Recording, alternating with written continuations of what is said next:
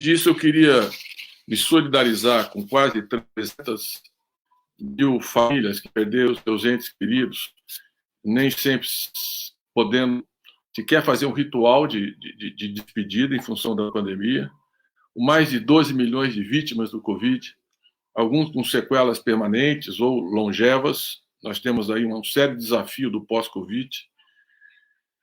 E queria também manifestar, em nome de todos os participantes, a nossa solidariedade aos que estão hospitalizados, os que estão isolados, totalmente isolados das suas famílias nesse momento, os que estão nas unidades de terapia intensiva, os que estão tentando uma vaga no hospital, que é uma situação mais dramática. Enfim, a todos aqueles que foram acometidos pelo Covid-19. Queria também mandar a nossa solidariedade, e tudo que nós fazemos é também pensando em vocês, aqueles que estão desempregados e foram nessa crise, os que estão desalentados e não estão pedindo emprego. Queria falar daqueles que estão passando fome, porque são 3 meses sem auxílio emergencial, sem nenhum tipo de renda assegurada, aqueles que não têm nem como fazer o seu distanciamento social. Então, nós estamos vivendo uma situação dramática, mas estamos fazendo esse seminário mostrar que o Brasil tem alternativas, que nós temos como enfrentar essa crise e construir um horizonte diferente. Nós estamos fazendo esse seminário para desenhar um projeto de futuro. O presidente Lula, que nos acompanha, está aqui durante todo o dia nesse evento, ele, naquele grande momento, naquele pronunciamento com uma repercussão mundial em todo o Brasil, ele trouxe um pouco da esperança, ele foi uma espécie de uma luz nessa noite tenebrosa que nós estamos atravessando. Nós não estamos discutindo aqui um programa de governo para 2022. Vou repetir, nós não estamos discutindo um programa de governo para 2022. Isso nós vamos discutir em 2022. O PT não é um partido que só existe para fazer campanha em momentos eleitorais, ele é diferente de outros. Nós temos uma vida política interna, de debate, de discussão, de construção. Então, nós estamos nos debruçando, e nunca foi um partido do quanto pior melhor. Nós temos nos debruçado sobre essa crise para buscar medidas emergenciais e alternativas para o futuro, para reconstruir, para transformar o Brasil. Por que nós temos uma dimensão de reconstrução? Então, o nosso plano é uma crise multidimensional, sanitária, econômica, ambiental, política, democrática, que precisa de políticas articuladas e complementares. Uma parte do nosso plano é a emergência, é a pandemia, é esse momento que nós estamos atravessando. E eu falarei sobre isso depois. A segunda parte do nosso plano é a reconstrução, porque uma parte do novo, para muita gente, para uma imensa parcela da população brasileira, por exemplo, para quem tem fome é um prato de comida. Para quem está desempregado é uma carteira de trabalho com direitos, como nós tínhamos no passado, que os governos do PT geraram 20 milhões de empregos. Para uma parte da sociedade, o novo seria ter um médico que possa fazer um atendimento num momento dramático como esse da saúde pública. Para muitos, o novo seria recuperar a política de crescimento real do salário mínimo, que cresceu 74% em nossos governos. Então, mas não é só reconstrução. Nós temos temas novos, a transição energética, a transição digital, nós temos a discussão de outros temas que apareceram nesse período recente, por exemplo, essa emenda constitucional 186, que engessa ainda mais a situação fiscal, a ortodoxia fiscal, e limita a possibilidade do Estado fazer políticas públicas. Então, o nosso plano de reconstrução e transformação do Brasil, ele foi construído pelos núcleos de acompanhamento de políticas públicas. Cada área, educação, saúde, economia, cultura, juventude, meio ambiente, ciência e tecnologia, nós temos um núcleo. Nós temos ex-ministros, gestores, pesquisadores, professores, como nós vamos mostrar hoje aqui, uma parcela, nós temos muito mais gente no nosso NAP de economia, mas alguns economistas que vão nos acompanhar no dia de hoje. Então, esse seminário está organizado em 3 blocos. O primeiro bloco é o vestido de desenvolvimento para uma nova indústria para o Brasil. Então, depois que eu terminar a minha fala, virá Fernando Haddad, todos vocês conhecem, teve 47 milhões de votos, foi formado em Direito pela Universidade de São Paulo, fez mestrado em Economia e fez doutorado em Filosofia, foi prefeito de São Paulo, o mais importante ministro da Educação, ficou 6 anos à frente do Ministério da Educação do Brasil. Ele vai falar sobre os desafios do desenvolvimento brasileiro e o plano de reconstrução e transformação do Brasil. Em seguida, entra o Guilherme Mello, doutor em economia e professor do Instituto de Economia da Unicamp, que vai falar sobre o nosso conceito de desenvolvimento orientado por missões socioambientais.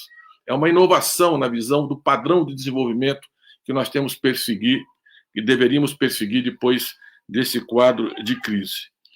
O terceiro expositor, depois da minha fala, será a professora Esther Benegui, que foi secretária do Conselho de Desenvolvimento Econômico e Social durante 7 anos. Ela vive na Amazônia, vai falar de lá sobre desenvolvimento, sustentabilidade e transição ecológica. Esse é um tema fundamental, aquecimento global e o que é o nosso compromisso com uma política transversal que tem que perpassar todas as políticas públicas, que é a sustentabilidade e a transição ecológica. Depois virá o professor Wallace Moreira, professor da Faculdade de Economia da Federal da Bahia, vive lá, mas fez o doutorado na Unicamp, que vai falar sobre uma nova indústria para uma nova sociedade. O Wallace vem estudando muito a Coreia do Sul, a industrialização, toda a inovação científica e tecnológica. Era para estar, inclusive, na Coreia, se não fosse a pandemia. Felizmente, ele ainda continua aqui, tem nos ajudado intensamente, e lá, à distância, também vai participar. Em seguida, o papel estratégico da Petrobras é a transição energética. Como preservar o pré-sal, o papel indutor ao desenvolvimento da Petrobras, como é que a gente reverte essa política de preços que levou um abuso na gasolina, no diesel, no gás de cozinha. Será o Zé Sérgio Gabrielli, professor da Universidade Federal da Bahia, aposentado, e foi presidente da Petrobras de 2005 a 2012. Durante 7 anos, ele tem doutorado pela Universidade de Boston, nos Estados Unidos. Depois, a soberania nacional e um projeto de desenvolvimento. O professor Paulo Nogueira Batista, também com doutorado na London School, foi diretor do FMI de 2007 a 2015, durante 8 anos, e foi vice-presidente do Banco dos BRICS, em 2015 a 2017. Um economista também com grande trajetória, grande, intensa produção acadêmica. E para fechar esse primeiro bloco do seminário, será o professor Antônio Prado, ex-secretário adjunto da CEPAL, da Comissão Econômica para a América Latina, também com doutorado na Unicamp. E depois, à tarde, nós teremos o bloco Estado, Recuperação e Crescimento Econômico, que a Ela, diretora da Fundação Prestes Abramo, vai fazer a apresentação, e, ao final, reformas para mudar o Brasil. Nós vamos discutir. A parte da tarde começa às 14h30, e as reformas para mudar o Brasil às 15h30. Nós vamos dar um pequeno intervalo, e aí entra a parte final, que são as reformas para mudar o Brasil.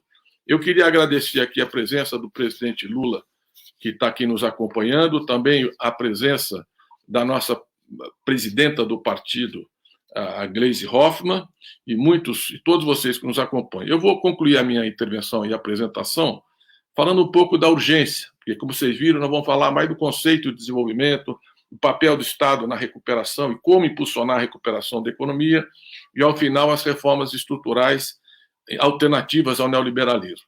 Eu, basicamente, queria destacar aqui que, no dia 22 de março do ano passado, o presidente da República, Jair Bolsonaro, disse que nessa crise morreriam menos gente do que tinham morrido naquele ano, no ano anterior, de H1N1, ou seja, não mais do que 800 pessoas no ano.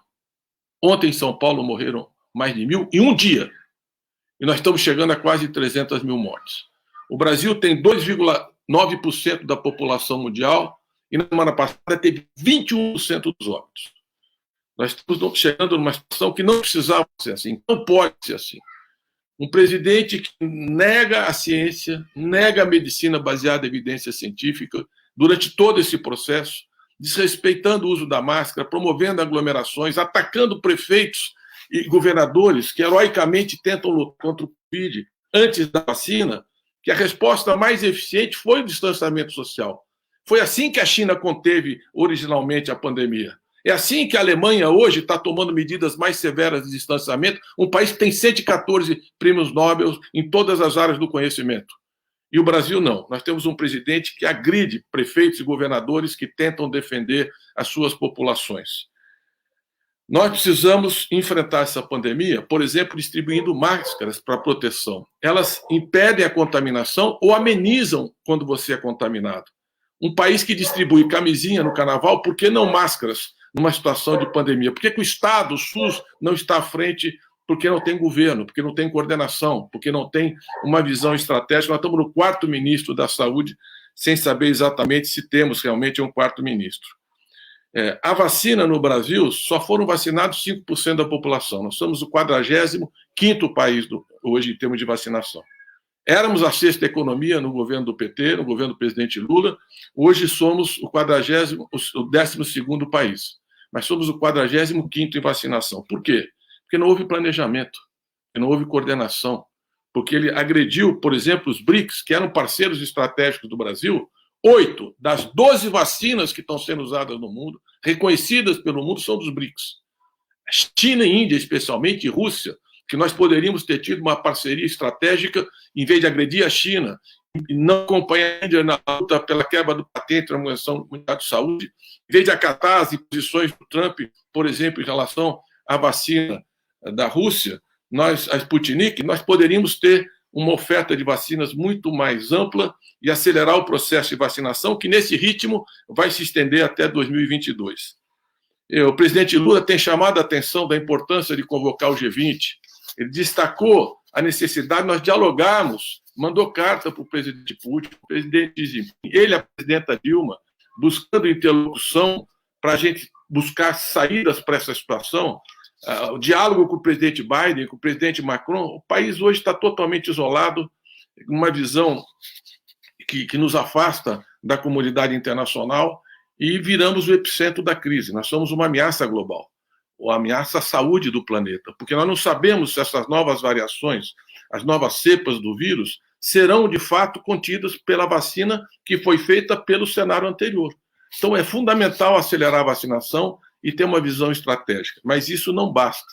Nós precisamos de mais recursos para o SUS. A rede pública está entrando em colapso sanitário. Falta oxigênio, falta o kit de intubação, anestésicos, relaxantes musculares, faltam leitos, faltam equipes. Estamos chegando numa situação dramática em algumas regiões do Brasil.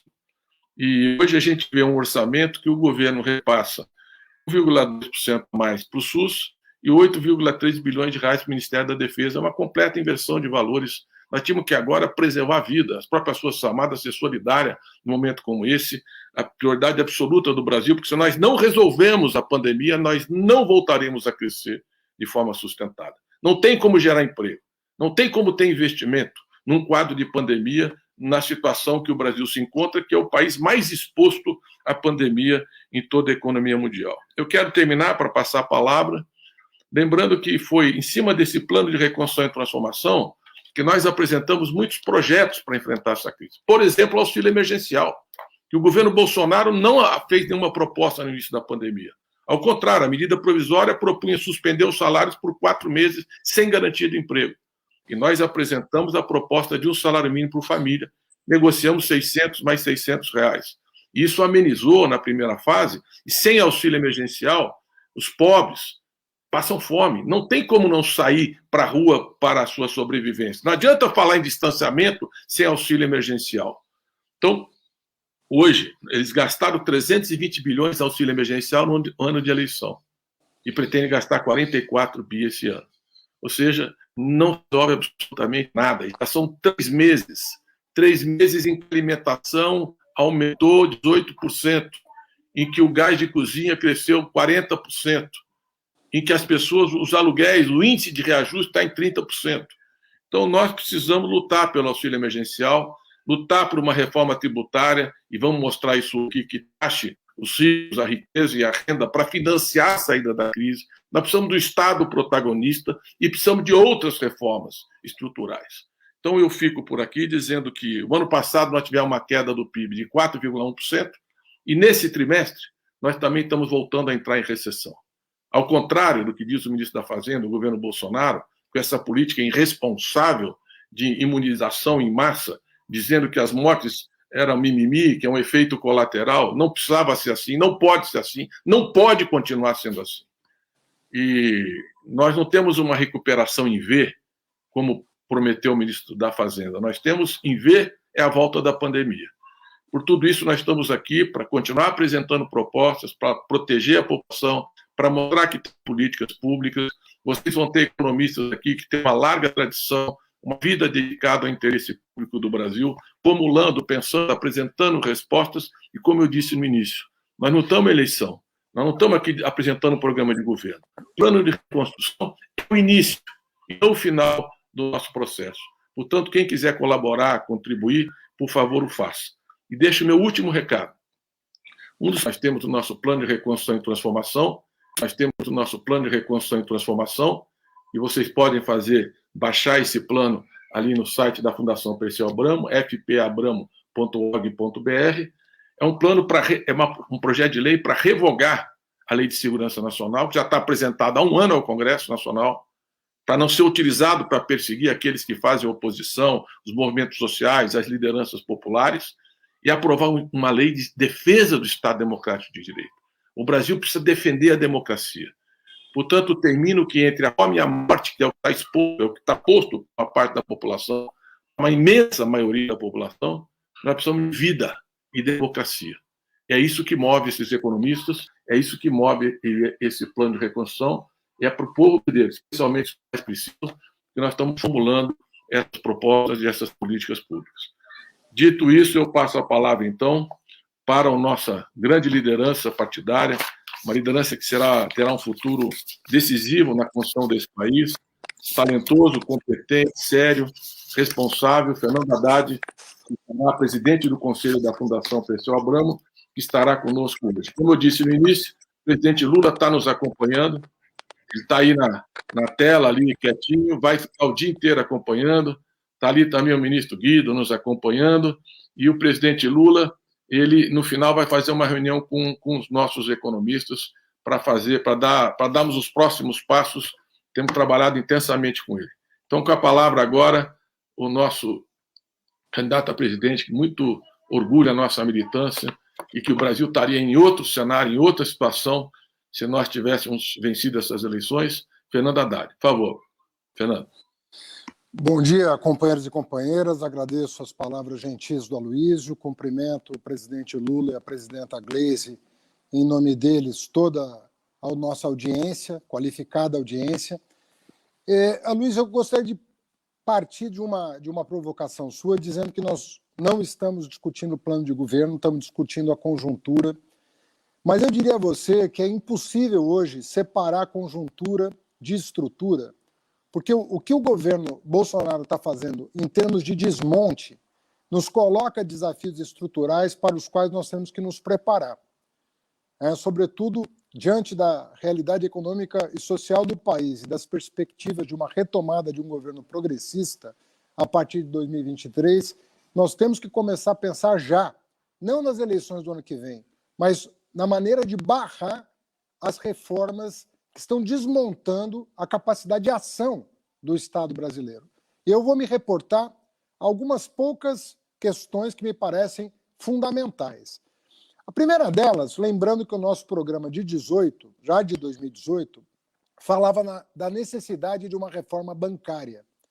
Não existe desenvolvimento sem crédito barato. Nunca existiu, nunca existirá.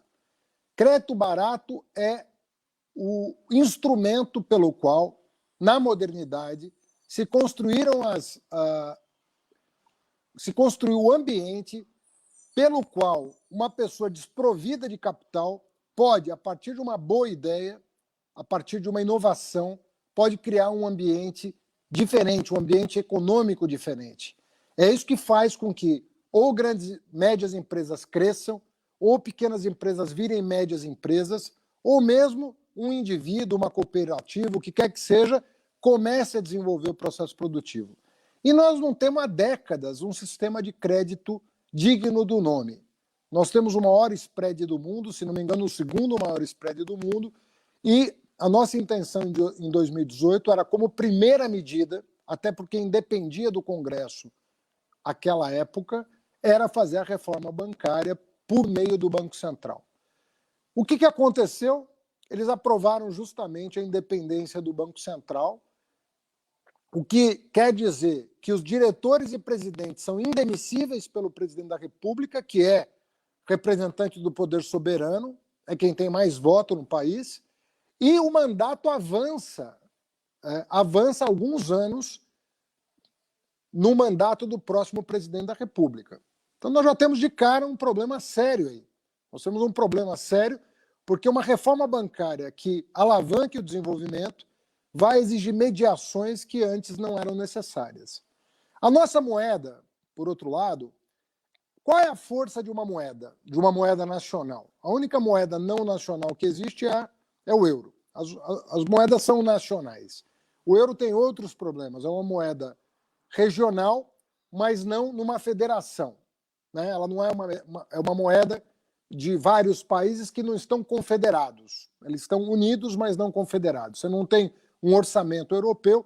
Talvez agora, em função da pandemia, comece a se criar um ambiente federativo na União Europeia, o que seria bom para a Europa e talvez para o mundo, no sentido de criar mais um polo importante, além de China e Estados Unidos, criar um terceiro polo importante no sentido do multilateralismo. Bom, a nossa moeda, uma moeda é dada, a força de uma moeda é dada pela demanda por ela como reserva de valor.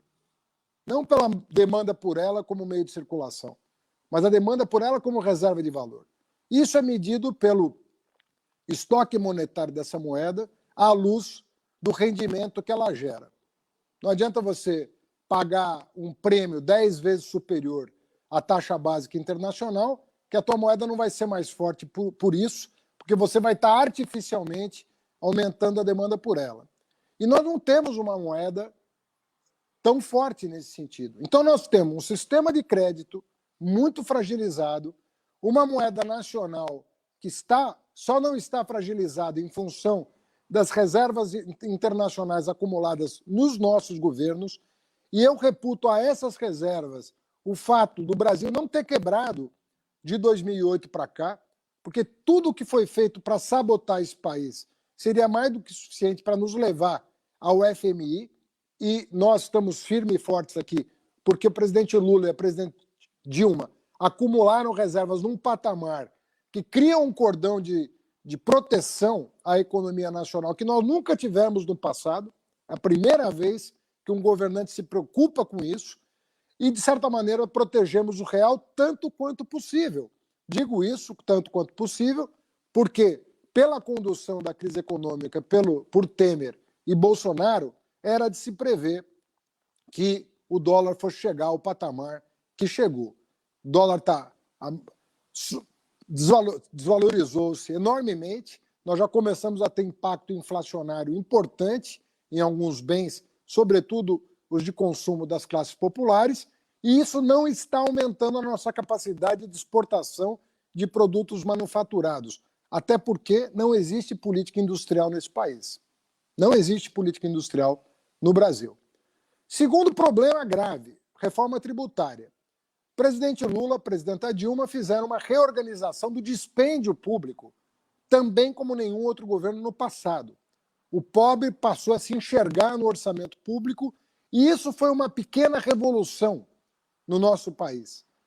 A primeira vez que um pobre, um preto, um periférico olhou para o orçamento, falo isso metaforicamente, e se enxergou nele. Como ele se enxergou nele? Se enxergou nele pelo Luz para Todos, pelo Minha Casa Minha Vida, pelas universidades que foram criadas em mais de 180 cidades, pelos institutos federais que foram criados em mais de 500 cidades, pela cisterna, pela transposição, pela produção de energia eólica, solar. Por uma série de razões, o pobre se enxergou no orçamento público e isso foi uma grande transformação do país. O orçamento brasileiro sempre foi capturado pela elite. Continua sendo capturado pela elite, mas os nossos governos progressistas encontraram espaço no orçamento, na margem e progressivamente, para fazer com que o cidadão brasileiro se enxergasse no Estado brasileiro. Estruturamos o SUS, estruturamos o Fundeb, estruturamos a Rede Federal de Educação Profissional, de Educação Superior, levamos bens e serviços públicos para todos os territórios do país. Muito bem. Reforma tributária, qual o problema? A reforma tributária que está em tramitação, com exceção da nossa, né, a nossa é uma proposta que já foi feita, não toca na questão do caráter do fundo público no que diz respeito à arrecadação. Ou seja, a reforma tributária do Guedes não mexe com o bolso dos ricos.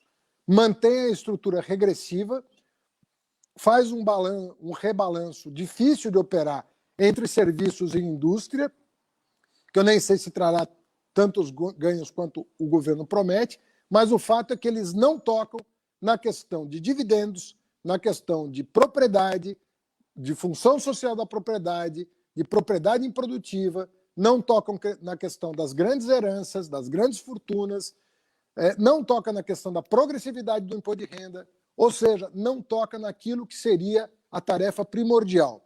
Porque quando você distribui renda, entre aspas, pelo sistema tributário, ou deixa de concentrar, que é o caso brasileiro, você deixaria, por meio do sistema tributário, de concentrar renda, porque quando você taxa mais o pobre do que o rico proporcionalmente, você está usando o sistema tributário para concentrar renda, independentemente do fato de nós termos conseguido distribuir renda pelo dispêndio, mas pela arrecadação, o Estado continua concentrando renda. E o governo Bolsonaro não toca na questão da regressividade do nosso sistema tributário. Ponto 3, a questão da regra fiscal. Os países têm, em geral, uma regra fiscal. O Brasil está indo para a 5ª regra fiscal. Nós temos, a primeira regra fiscal estava na Constituição de 88, regra de ouro. A segunda veio no ano 2000, com a Lei de Responsabilidade Fiscal.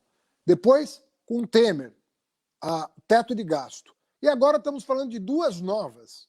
Estamos falando de um teto de dispêndio obrigatório que acione a gatilhos, né, de corte de despesa. Estamos falando de uma 5ª regra, que é a regra do endividamento público. Então, o Brasil, seguramente, posso errar, mas seguramente talvez seja o único país do mundo, o Guilherme pode checar isso com mais calma depois, mas seguramente talvez seja o único país do mundo cujo governo está propondo 5 regras tributárias e que podem, inclusive, conflitar uma com a outra, dependendo do andar da economia. Não é seguro que, para você cumprir uma, você consiga cumprir as demais. Um exemplo básico é o seguinte: se você não tiver espaço fiscal para investir, você pode ter, em função do pouco ímpeto do crescimento econômico, você pode ter uma relação PIB cada vez mais desconfortável, pelo baixo crescimento do PIB.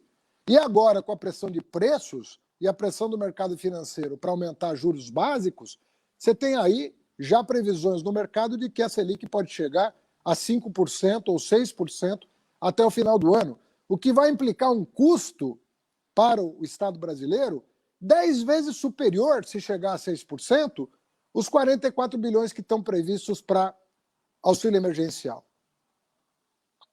Então, nós temos desafios estruturais que estão se confundindo com a questão conjuntural. Segunda coisa, o Gabriel certamente vai falar disso, mas nós estamos perdendo capacidade de fazer política industrial no Brasil. A partir do momento em que os bancos públicos vão perdendo capital, sobretudo o BNDES, né, vão abrindo mão da sua capacidade de intervenção e indução.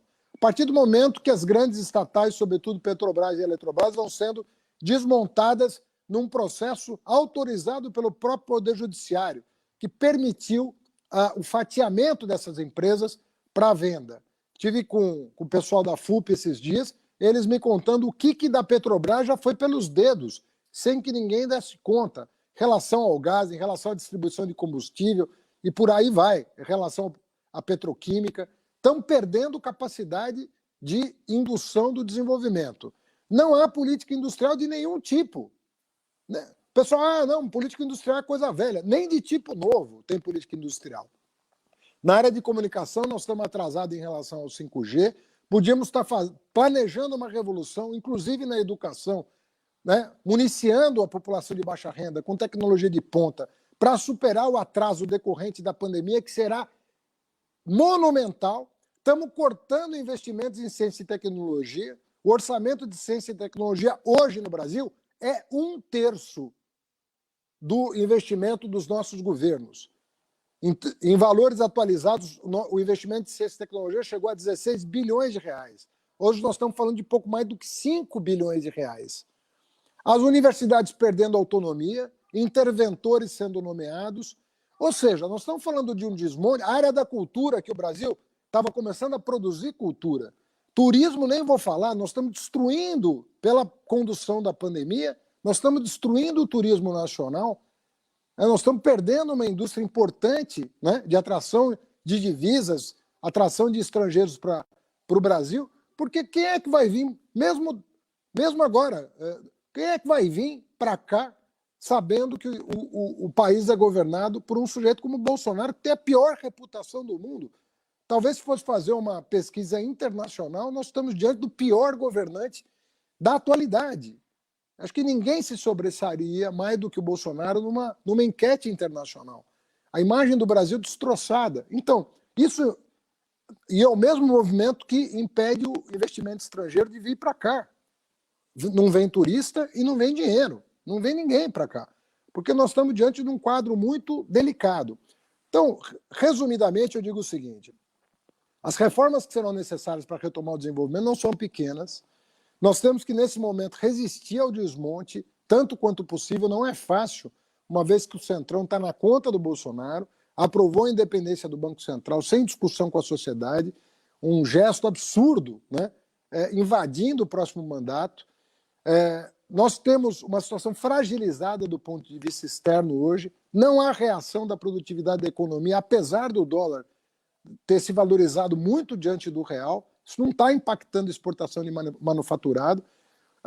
Nós estamos com problemas logísticos nos portos já, porque estamos com problema de importar manufaturado e exportar bens primários, uma coisa descompensada que está criando problemas logísticos no Brasil. Tudo para dizer o seguinte: nós não podemos esperar 2022, como o Luiz falou, porque nós temos tarefas para agora, para preparar o caminho para um presidente, né, se Deus quiser, da estatura do Lula, possa encontrar condições mínimas, né, de, em algum tempo, 1 ou 2 anos, começar a enxergar a luz no fim do túnel, né? Nós estamos numa situação muito delicada e eu diria que esse ano é um ano decisivo para refrear esse apetite absurdo do Bolsonaro em alienar a soberania nacional, porque o Estado brasileiro está perdendo graus de liberdade a cada dia. A cada dia nós estamos colocando uma camisa de força no Estado brasileiro que vai impedir o Estado de induzir uma retomada do crescimento. Obrigado, Aloysio. Era um primeiro recado que eu tinha, em 10 minutos é o que temos. Muito bom. Nós vamos aqui, cada um complementando. Eu acho que você tratou de temas fundamentais, o papel que essas reservas têm como seguro da economia, a importância da reforma bancária e da democratização do crédito para retomar o crescimento e permitir investimentos, especialmente para as micro e pequenas empresas, que vai ser um capítulo hoje importante.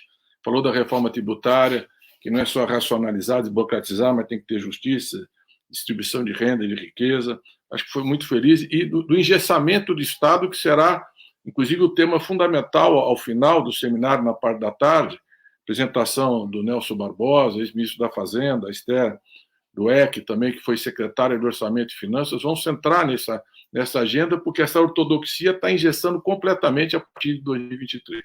Então, eu vou depois fazer uma avaliação entre a gente aqui com o presidente Lula, porque a segunda turma acabou de marcar o julgamento da segunda etapa da suspeição do Moro. Então, é um dia muito importante, histórico. Acho que eu, particularmente, tenho confiança que o Supremo fará justiça, vai reverter esse lawfare, essa perseguição totalmente documentada e indevida, e talvez a gente suspenda a parte da tarde, adie o seminário para poder prestigiar, e muita gente vai querer acompanhar o julgamento. Agora com vocês, Guilherme Mello, professor da pós-graduação da Unicamp, doutor pela Unicamp, tem tido um papel extraordinário aqui no nosso núcleo de acompanhamento de política pública, se dedicado intensamente às nossas tarefas já há muito tempo. Então, Guilherme, você com a palavra. Obrigado, Aloysio. Prazer estar aqui com vocês, com todos e todas. Vocês não só aqui que estão na mesa com a gente, mas todos que estão nos assistindo também. A minha tarefa aqui agora é falar um pouco sobre o que a gente pensa de qual o nosso conceito de desenvolvimento, né?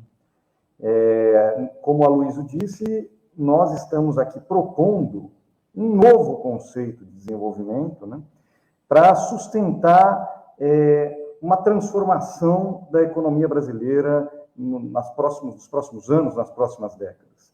Então, vamos começar com o básico. O que é desenvolvimento, né? Esse termo é muito utilizado, mas pouco explicado, digamos assim. Basicamente, quando a gente está falando de desenvolvimento, a gente está falando em transformação, né? Transformação da estrutura social e transformação da estrutura produtiva, né? Essas transformações conjuntas, né? A gente está pensando, quando a gente fala em desenvolvimento, está pensando em mudanças progressivas, porque é claro que você pode ter regressão social e regressão produtiva, basta olhar o governo Bolsonaro, né? Então, o desenvolvimento é um processo de transformação conjunta da estrutura social e da estrutura produtiva. Ele não é, como alguns acreditam, um resultado natural da economia de mercado. Quer dizer, deixa o país e livremente as forças do mercado levarão esse país ao desenvolvimento. Isso, historicamente, já está provado que não funciona, né?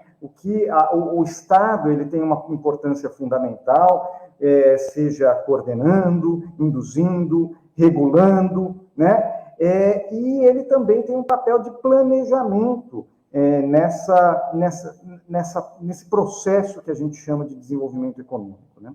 E veja, é importante ter claro que esse conceito de desenvolvimento ele também muda com o tempo, né? O que era considerado desenvolvimento há um século atrás não é exatamente o que se considera desenvolvimento hoje. Por exemplo, hoje nós introduzimos em qualquer discussão séria sobre desenvolvimento econômico temas que a gente chama de transversais, né? Como, por exemplo, as desigualdades de gênero, as desigualdades de raça, as desigualdades regionais, nem se fala, obviamente, isso já há mais algum tempo, e o tema ambiental, que de uns 50 anos para cá, pelo menos, fazem parte dessa discussão de desenvolvimento. Na nossa concepção, quais serão os dois principais motores do crescimento e desenvolvimento econômico do Brasil daqui para frente? Há outros, mas esses dois são os principais. O primeiro, um que a gente conhece muito bem, que foi o principal motor do crescimento e desenvolvimento econômico nos governos Lula, nos governos do PT, que é a distribuição de renda e a inclusão social. Essa distribuição de renda consolida um mercado interno dinâmico, que nós estamos perdendo nos últimos anos, mas é importante fortalecer esse mercado interno, gerando empregos de qualidade, né, ganhos de escala e ganhos de produtividade para as empresas. Então, é aquele velho ganha-ganha, né? Quer dizer, quando você fortalece o mercado interno através da distribuição e da inclusão social, todos saem ganhando. Mas, além disso, o segundo motor complementar a esse muito importante é a expansão da estrutura social, da infraestrutura social. Ou seja, é a ampliação dos direitos de cidadania. Não é só incluir pelo consumo, é incluir pela cidadania. E, para isso, é necessário a gente pensar uma esfera pública, né, que amplie o acesso e melhore a qualidade das instituições e dos serviços públicos, né? E como se faz essa expansão? Quais são os efeitos dessa expansão da infraestrutura social? Bom, em primeiro lugar, ela tem efeitos dinâmicos de curto prazo. A gente sabe que os gastos sociais têm multiplicadores altos, ou seja, geram R$1 gasto em saúde, por exemplo, gera um crescimento de 1,8 no PIB. R$1 gasto em educação gera um crescimento de 1,7 no PIB, segundo algumas pesquisas do IPEA, né? Então, além de gerar crescimento em empregos, essa infraestrutura social também tem efeitos de longo prazo, porque ela melhora a qualidade de vida das pessoas e a produtividade do sistema, reduzindo a desigualdade, né? Então, por exemplo, um aumento do gasto de 1% do PIB em saúde pública reduz o índice de Gini, que é o índice que mede a desigualdade, em 1,5%, em educação, em 2,2%, ou seja, geram empregos, né? Geram renda, geram melhoria da competitividade no longo prazo e ainda por cima reduzem a desigualdade. Mas a grande pergunta é como fazer essa ampliação da estrutura social? É aí que entra o nosso conceito de um modelo de desenvolvimento, um estilo de desenvolvimento com políticas públicas orientadas pelo que a gente está chamando de missões socioambientais. Essa ideia bebe muito na discussão recente sobre desenvolvimento, né, que é feita na CEPAL. Por exemplo, o conceito de missões está em livros de autoras importantes, como, por exemplo, a Mariana Mazzucato, né? E essa ideia de planejar o desenvolvimento através de missões nos leva a uma nova lógica de organização do planejamento econômico. As missões, elas têm que articular as demandas sociais, por um lado, com a base produtiva e tecnológica necessária para atender essas demandas, do outro lado, né?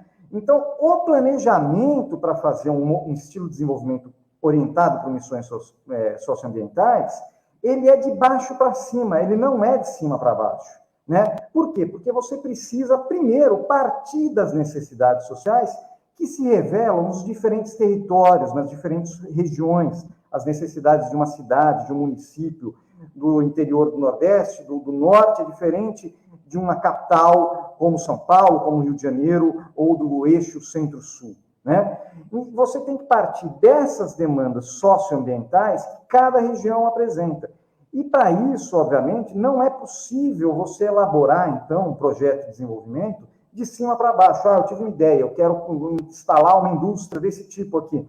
Mas ela dialoga com as necessidades daquela região, ela atende a quais interesses sociais, a quais interesses ambientais. Então, esse processo de planejamento, ele é um processo muito mais democrático, que tem um papel decisivo dos entes federados, porque os estados e municípios que são mais capazes de identificar os problemas e as soluções a partir das especificidades locais, regionais, né? São eles que sabem quais são as demandas de bens e serviços. Então, vai exigir uma consolidação do nosso pacto federativo para levar à frente esse programa, né, esse projeto, esse estilo de desenvolvimento.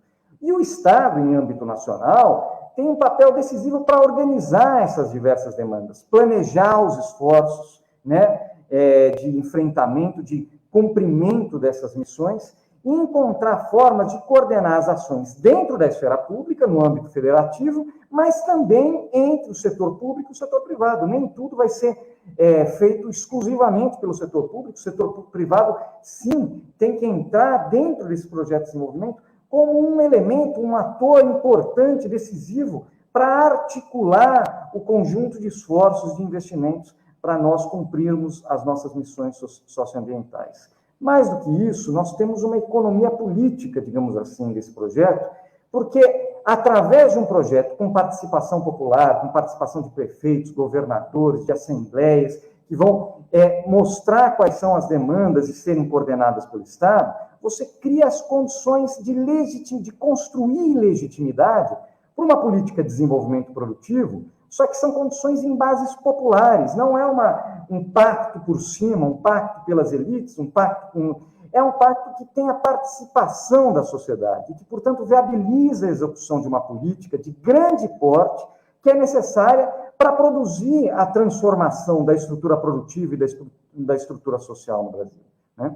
Além disso, nós temos que levar em conta que esse projeto, esse estilo de desenvolvimento, ele dialoga diretamente com a ideia da transição para um novo paradigma tecnológico, né? O Brasil, um país profundamente desigual, onde o trabalho é muito desvalorizado, né?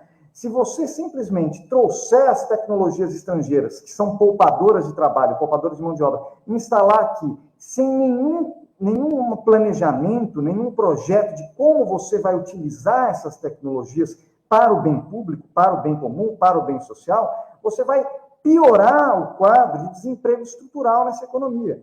Então, nós temos que ter uma política produtiva e tecnológica que fomente a demanda interna por insumos tecnológicos, mas que essa demanda por insumos tecnológicos, por inovação, por ciência, por tecnologia, dialogue diretamente com essas atividades de fornecimento de infraestrutura social. E nós sabemos que nós temos complexos fortíssimos para isso, complexo industrial da saúde, da educação, da cultura, do transporte urbano, saneamento, todos eles, nós temos uma demanda social enorme por esses serviços, que podem, como eu disse, ser atendidos pelo setor público, em parceria com o setor privado, né? E que demandam inovação, tecnologia, pesquisa, geram empregos, geram renda, certo? Isso para não falar de toda a parte ambiental, que com certeza a Esther, que vai falar agora logo em seguida, vai aprofundar, né? Que é um campo importantíssimo de inovação, de tecnologia, de construção de cadeias produtivas, como, por exemplo, a energia eólica, a energia limpa, né, a preservação de rios, de florestas, a limpeza das águas. Então, nós temos aqui oportunidades. As nossas carências serão transformadas em grandes oportunidades de coordenar um esforço, né, através de missões, né, missões que a sociedade assume para si, como, por exemplo, de reduzir a mortalidade infantil, de ampliar a cobertura de saúde, de melhorar a qualidade da educação e várias outras missões que nós vamos estabelecer para coordenar os esforços e permitir esse novo modelo de desenvolvimento que a gente está chamando do modelo de desenvolvimento orientado por missões socioambientais. Para concluir, a ideia, então, é direcionar o desenvolvimento para a transformação social e para a preservação ambiental. E essa ideia implica necessariamente em distribuir renda e alocar recursos para atender essas demandas sociais e de preservação do meio ambiente. Por isso que a gente precisa produzir as reformas, a reforma tributária, a reforma das regras fiscais, para viabilizar a reforma bancária, como bem disse o Fernando Haddad, para viabilizar esse conceito, esse projeto de desenvolvimento, né? E caso viabilizado, né, ele vai permitir a diversificação da estrutura produtiva, o aumento da produtividade, a introdução de novas tecnologias, vai garantir empregos de qualidade para agora e para o futuro e criar as condições para a sustentação do próprio modelo, inclusive sustentação política do próprio modelo que nós aqui estamos propondo. É isso, obrigado, e fico aí para assistir o restante do nosso debate.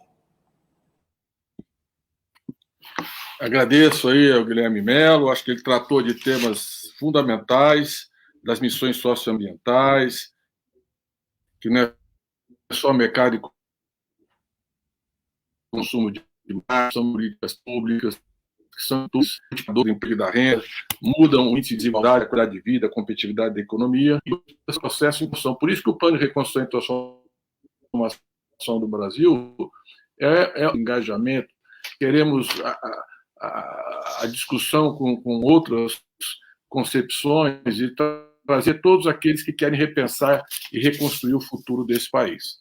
Então, agora com vocês, professora Esther Bernegui, que vai fazer a sua exposição. Ela foi secretária do Conselho de Desenvolvimento Econômico e Social, tem uma larga tradição nessa questão ambiental, no aquecimento global, no papel da Amazônia, que é uma das dimensões que o Guilherme destacou e que perpassa todo o nosso programa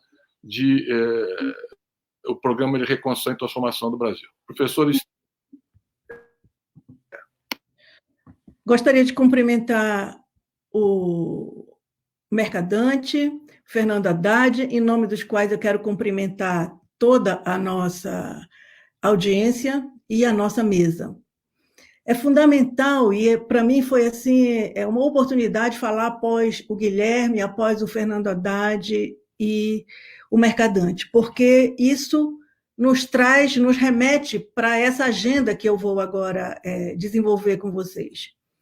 Então, essa agenda ela é muito importante. A agenda ambiental, desde as décadas de 70, né, manifestações políticas e científicas falam sobre a gravidade da crise ecológica, colocam esse tema nas agendas das sociedades. O Brasil consagrou o direito ao meio ambiente na Constituição de 88. Como foi previsto nessas primeiras manifestações, a crise ecológica aprofundou-se e se faz sentir cada vez com maior frequência e intensidade em eventos climáticos extremos, desastres e poluição ambiental. Em anos recentes, vale lembrar, no Brasil, os desastres provocados pela mineração em Mariana e Brumadinho, em Barcarena, no Pará, entre outros eventos, como enchentes, secas prolongadas, zika vírus e dengue. Adquirindo uma escala exponencial, essa crise somou-se à pandemia do coronavírus. Uma crise sanitária, como o Mercadante já falou, nós temos hoje essa união de várias crises, né? Uma crise sanitária que também é produto do dano ambiental, provocado pela ação humana. Uma história natural que guarda muita similaridade com a crise ecológica provocada na Amazônia na década de 70, quando o avanço do homem sobre a floresta decorrente da dilatação da fronteira oeste para o capital durante a ditadura militar, produziu febres hemorrágicas e diversas viroses. Em todos esses eventos, os principais atingidos, não podemos esquecer isso, são os mais pobres, os que estão nos trabalhos precários e os mais perigosos, os que moram nas áreas de risco das periferias do país, os povos da floresta. A essa conjunção de crises ambientais e sanitárias, junta-se também a crise econômica mundial, que já foi muito bem falada aqui sobre ela, hoje supradimensionada pela concorrência da pandemia, que desorganiza a vida social, especialmente no Brasil, pela total ausência de política para enfrentar essa pandemia. Essas crises sincrônicas não serão resolvidas sem que os Estados nacionais assumam seu papel e imponham sobre as diretrizes neoliberais de mercado soluções sistêmicas que enfrente a complexidade dessa crise. Por isso, o Plano de Reconstrução e Transformação do Brasil tem na transição ecológica uma importante diretriz, visando a preservação da vida e o bem-viver, e a construção de uma sociedade solidária, ecológica e justa. Países como os Estados Unidos, com o Green New Deal, a Europa, com o Pacto Verde Europeu, a China, que projeta uma civilização ecológica até 2060, já planejam a transição. Ressalte-se a dificuldade desses países que são grandes poluidores para alcançar esses objetivos de sustentabilidade. Esses países, apesar dos conflitos em diversos temas, ultimamente parecem sinalizar que alinharão suas posições em relação à agenda ambiental, especialmente pós-Covid, o que terá consequências para o mundo e para o Brasil, que pode-se prever ficará isolado, porque hoje a imagem do país está vinculada ao desmatamento, que em 2020 foi o maior dos últimos 10 anos, e à degradação da floresta amazônica, assim como a ameaça à existência dos povos originários e dos povos tradicionais. Temos hoje uma política que ameaça as 334 unidades de conservação federais, que foram ampliadas e fortalecidas durante o nosso governo, protegendo cerca de 10% do território continental e 25% da área marinha do país, e é responsável pela conservação de várias espécies ameaçadas de extinção. Estamos desconstruindo toda a regulação ambiental que nós fortalecemos sobre as atividades econômicas. Em outro cenário político, o Brasil teria condições de realizar essa transição à frente de qualquer país. Temos a maior floresta tropical do mundo na Amazônia, que representa cerca de 60% do território brasileiro, e a maior biodiversidade do planeta. As áreas protegidas, aliadas a uma política de desmatamento zero que está no nosso plano, permitiria o desenvolvimento de uma bioeconomia da floresta em pé, a partir do conhecimento, da ciência, da tecnologia e da inovação, que, como o Haddad já falou, são desprezadas nesse governo, em diálogo com os saberes dos povos originários, dos ribeirinhos, dos povos tradicionais da região. Um diálogo que respeite o modo de vida amazônica. São cerca de 60 mil genomas já identificados, que poderiam vir a ser a base para novos conhecimentos e biomateriais, produtos de uma bioeconomia desenvolvida e diversificada, constituindo soberania e uma área cada vez mais sensível do mundo, a farmacêutica. Se havia dúvidas sobre isso, a pandemia expôs como agem as big pharmas e quem será atendido primeiro em uma situação de crise. Porém, o desenvolvimento dessa economia só poderá se realizar como parte de um projeto nacional. Não é possível se desenvolver a partir de iniciativas locais e regionais, considerando a necessidade de mobilização de recursos de ordem institucional, econômica e de conhecimento, com um forte sistema público de ciência, tecnologia e inovação que ultrapassam as capacidades regionais da Amazônia. Assim como cabe a esse projeto nacional alterar profundamente o papel que coube até agora à Amazônia, como economia extrativista e exportadora, como fronteira do capital, da soja e do boi. Os conhecimentos e as infraestruturas instaladas no Parque Industrial Brasileiro serão fundamentais para esse salto para o futuro. Portanto, frear a desindustrialização e reduzir o atraso tecnológico do país em relação aos países centrais são pressupostos, assim como a transição e a soberania energética e a transição digital, que também serão tratadas aqui. Porém, a nova política desse complexo industrial tem que se expressar em elevado grau de coordenação e cooperação, que respeite as diferenças culturais de cada lugar, como o Guilherme já chamou a atenção, e permita a disseminação do bem-estar em todo o território nacional. As possibilidades que emergem do desenvolvimento das trajetórias baseadas nas novas tecnologias industriais, a constituição de sistemas de ciência, tecnologia e inovação descentralizados e customizados às realidades nacionais, assim como possibilitam, além disso, além dessa descentralização da ciência e da tecnologia, um modelo escalar, com base nas suas potencialidades de produção das pequenas e médias empresas. É o que a Alemanha e a China estão explorando. Essas novas tecnologias permitem a descentralização, permitem uma escala compatível com a produção de pequenas e médias empresas e permitem o desenvolvimento territorial.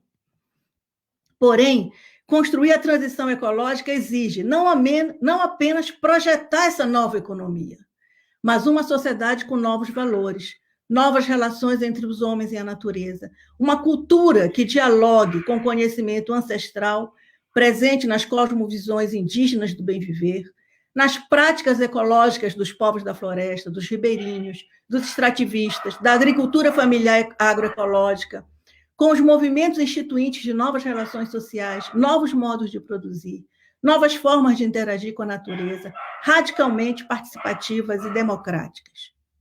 Não existe floresta sem matas e rios, e sem os povos da Amazônia. A reprodução dessa fantástica biodiversidade é resultado de uma relação singular de convivência entre matas, rios e modos de vida dos povos originários e tradicionais, que tem como único objetivo a preservação da vida, que estamos aprendendo da forma mais difícil, que é um bem raro e que preservá-lo não é trivial. Deixemos que o conhecimento milenar do bem-viver da natureza, da diversidade e da inclusão nos ensine a lição. Obrigada.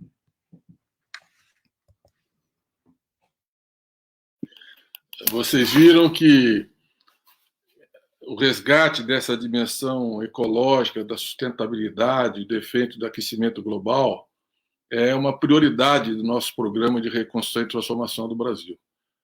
Especialmente o lugar da Amazônia, nós estamos fazendo uma proposta ousada, que é o desenvolvimento zero, e investimento em ciência, tecnologia e inovação para gerar valor agregado à floresta em pé, porque é isso que permite, e também as formas de desenvolvimento da região, porque a população da região Amazônia precisa de emprego, de renda, de alternativas, e se você não tem um Estado presente, formulador dessas iniciativas, que foi dito aqui, de pequenas tecnologias para fomentar a economia local, os arranjos produtivos locais, nós vamos continuar nessa política que é, como disse o atual ministro do Meio Ambiente, enquanto eles olham a pandemia, que é o boi, vão passar a boiada e desmontar todos os mecanismos de regulação e de proteção das regiões. E a importância que tem para os nossos projetos povos originários e tradicionais, sua cultura, suas tradições, seu valor histórico, e que estão totalmente abandonados, sem proteção, expostos a essa pandemia e a esse capitalismo predatório. Então, essa é uma dimensão fundamental, vai repassar a questão energética e todas as nossas políticas públicas. Com vocês, agora, nós vamos debater uma nova indústria para uma nova sociedade. Nós vivemos um acelerado processo de desindustrialização e o Wallace Moreira, professor da Faculdade de Economia da Unicamp, da Universidade Federal da Bahia, doutor pela Unicamp, vai fazer a sua exposição. Com você, Wallace. Bom, antes de mais nada, eu quero agradecer pelo convite, né? Quero saudar toda a mesa. Para mim é uma honra muito grande participar desse evento para discutir um elemento de extrema relevância para se pensar desenvolvimento. Eu acho que pensar desenvolvimento econômico é pensar no papel que a indústria ela exerce nesse processo de transformação estrutural profunda. E pensar nesse papel é, ao mesmo tempo, pensar nesse caráter, né, dessa nova indústria. E aí, nesse sentido, eu queria começar tocando em algumas transformações que eu acho relevante. Para pensar a indústria, a gente precisa pensar no que está acontecendo no capitalismo, né?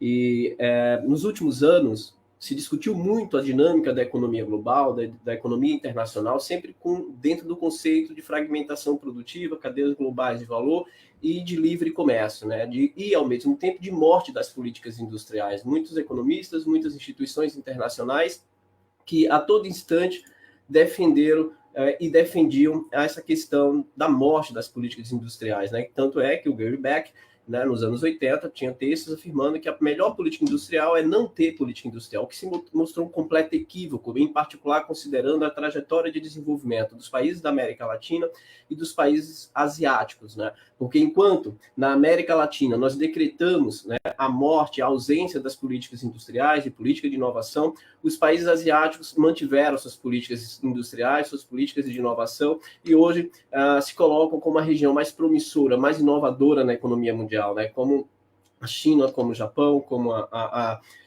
Coreia do Sul, que é considerada a economia mais inovadora no mundo, né? E a minha fala, de certa forma, tangencia, né, tanto o que o Guilherme falou como a Esther falou.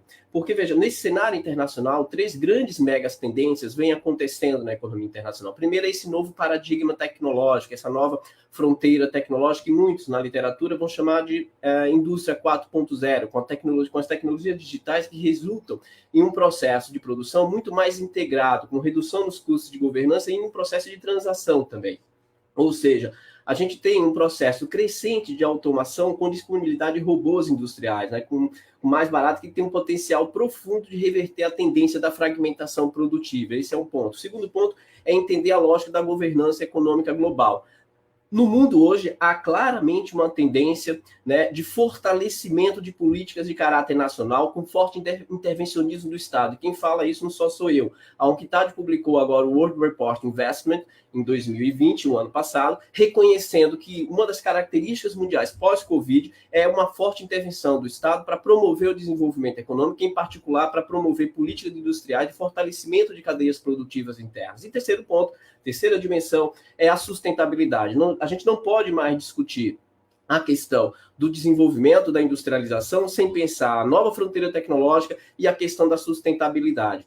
Um outro elemento para a gente pensar o Brasil é pensar as nossas peculiaridades. É nesse ponto que eu acho que nós temos uma grande responsabilidade em pensar o desenvolvimento econômico. E é possível pensar a reindustrialização no Brasil, na minha perspectiva, sim. Porque, embora nós tenhamos passado por um profundo processo de desindustrialização, eu não considero que tenha sido uma desindustrialização absoluta, né? Eu acho que o conceito de desindustrialização relativa ele é muito importante e relevante, e é isso que se reconhece no projeto. Porque é uma desindustrialização não no sentido de perda irreparável na estrutura industrial do país e na sua capacidade dinâmica. Nós conservamos ainda requisitos para reerguer e reintegrar o país com maior plenitude nas atuais tendências de industrialização dos países de maior dinamismo industrial. E, nesse sentido, pensar nessa indústria que está sendo projetada, ela é diferente de se pensar na indústria do passado, porque ela tem maior nível de complexidade, maior nível de complexidade industrial, maior nível de automação inteligente, né? Ou seja, nós temos que identificar a estrutura industrial existente e ver quais são as possibilidades e os setores que são possíveis nós reerguermos e, ao mesmo tempo, inovar em novos setores, né? Nós temos, em alguns setores, um processo de construção, de acúmulo de capacidade interna que nos permite acreditar nessa possibilidade de um processo de reindustrialização. E, nesse sentido, o papel das estatais é essencial, né? Embora nós tenhamos agora, no período recente, desde 2015, um processo profundo de desmonte das estatais, em particular da Petrobras, em particular do BNDES, da Embraer, da Embrapa, da Finep, né? O protagonismo dessas estatais se torna fundamentais, até porque no mundo também nós estamos passando por um processo de reestatização. O próprio Fundo Monetário Internacional, de novo, eu cito estudos dessas organizações internacionais, que são relevantes para aqueles que defendem fim de política industrial, como também pode ser relevante e deve ser relevante quando nós defendemos a reindustrialização e um projeto de industrialização. Eles reconhecem a falência dessas ideias neoliberais, que elas não promoveram nem crescimento, nem desenvolvimento, nem mais igualdade social e nem uma maior equiparação entre as trajetórias de desenvolvimento entre as nações. Portanto, o papel das estatais, nesse sentido, ela é fundamental. E pensar políticas industriais também é pensar nos novos atores centrais nesse processo. Por muito tempo nós pensamos política industrial de cima para baixo, sem considerar, por exemplo, os interesses da sociedade. Eu não posso mais, como o Guilherme e a Esther citaram, pensar a política industrial sem pensar as problemáticas peculiares do Brasil. Uma delas é o nosso amplo mercado interno. Nós precisamos ter sensibilidade para entender qual o impacto que essas novas inovações tecnológicas vai ter no nosso mercado brasileiro. Como dizia o Celso Furtado, nós precisamos pensar em inovação a partir da nossa realidade interna, das nossas peculiaridades. Como que essa nova tecnologia pode incorporar a nossa mão de obra. Nós temos um dos maiores potenciais de mercado interno no mundo, a quarta população econômica no mundo, e esse é o nosso grande trunfo para o desenvolvimento, para a superação, para a reindustrialização. Portanto, pensar em políticas industriais e ouvir essas bases, ouvir a sociedade, ouvir os trabalhadores, os seus anseios, eu acho genial. É óbvio que política setorial verticalizadas, de decisões de grandes projetos, né, tem suas particularidades, mas ouvir a sociedade é fundamental. O segundo ponto que eu acho essencial é discutir a questão das desigualdades regionais. Nós passamos por um grande processo de desenvolvimento, né, por muito tempo de industrialização, com a indústria alcançando quase 33%, a indústria de transformação, com a participação de quase 33%, 34% como proporção do PIB, hoje é de 11%. Esse período que nós tivemos a ascensão da indústria de transformação como proporção do PIB, foi resultado também de uma concentração regional brutal. Então, nós temos hoje, dentro do Brasil, uma relação de centro e periferia que ela precisa ser superada. E políticas industriais, fomentando cadeias produtivas, fomentando os parques industriais, fomentando regiões e desenvolvimentos tecnológicos, é um outro grande desafio para se pensar política industrial. E aí, partindo para uma ideia lógica de se pensar setores específicos para serem promovidos dentro desse processo de reindustrialização, nós temos diversos. Nós temos que pensar o sistema urbano industrial, principalmente levando em consideração essas novas fronteiras do transporte, de transporte híbrido, né, dos carros elétricos. Nós precisamos pensar também um sistema de exploração sustentável, né, levando em consideração a bioindústria e sistemas integrados. Precisamos também pensar a cadeia de distribuição, pensando essa nova lógica de fronteira tecnológica e os polos industriais e tecnológicos emergentes que merecem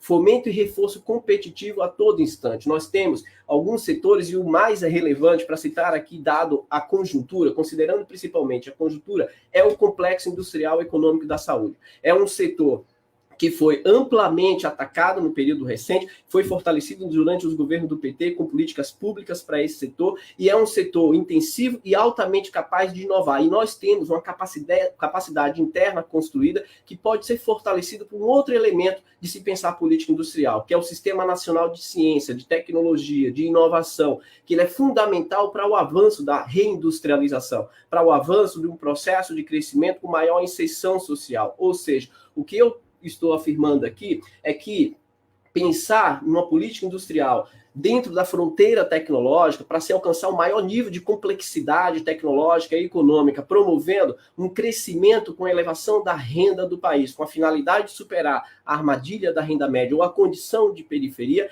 é fundamental fortalecer o Sistema Nacional de Inovação. Um amplo processo de aproximação entre atores essenciais como Estado, né, os governos do Estado, o governo federal, as grandes empresas nacionais e estrangeiras na formação de um processo de joint ventures, com transferência de tecnologia e com a internalização dessa capacidade tecnológica.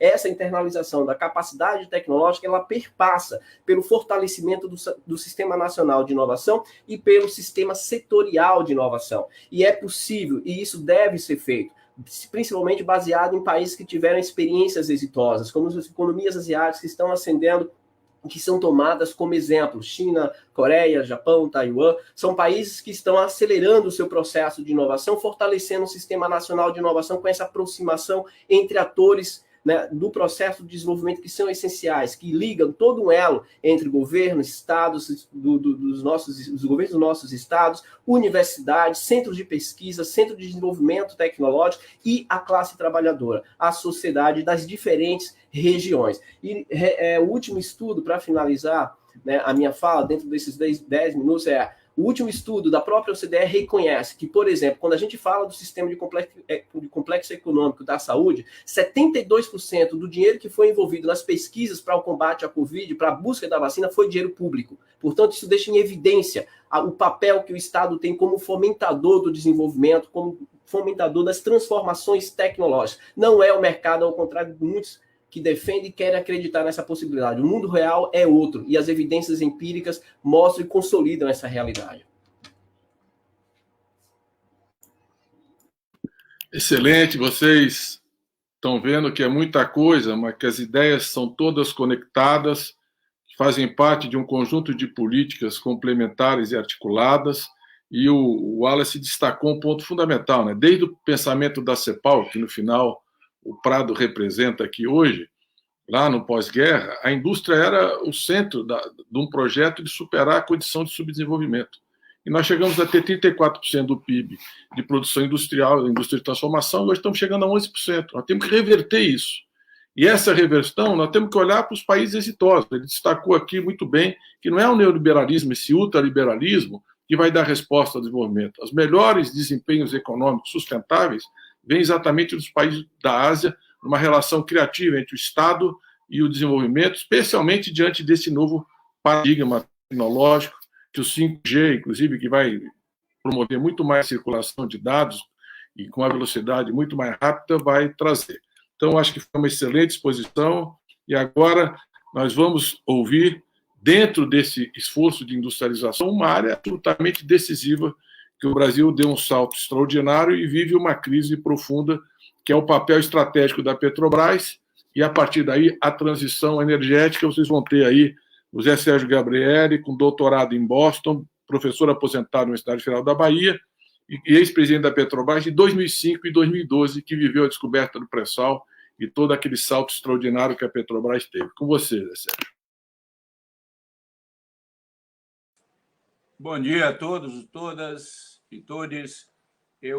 Na verdade, eu quero primeiro agradecer o convite de estar aqui nesse seminário muito importante, porque discute modelo de sociedade, discute para onde nós queremos ir.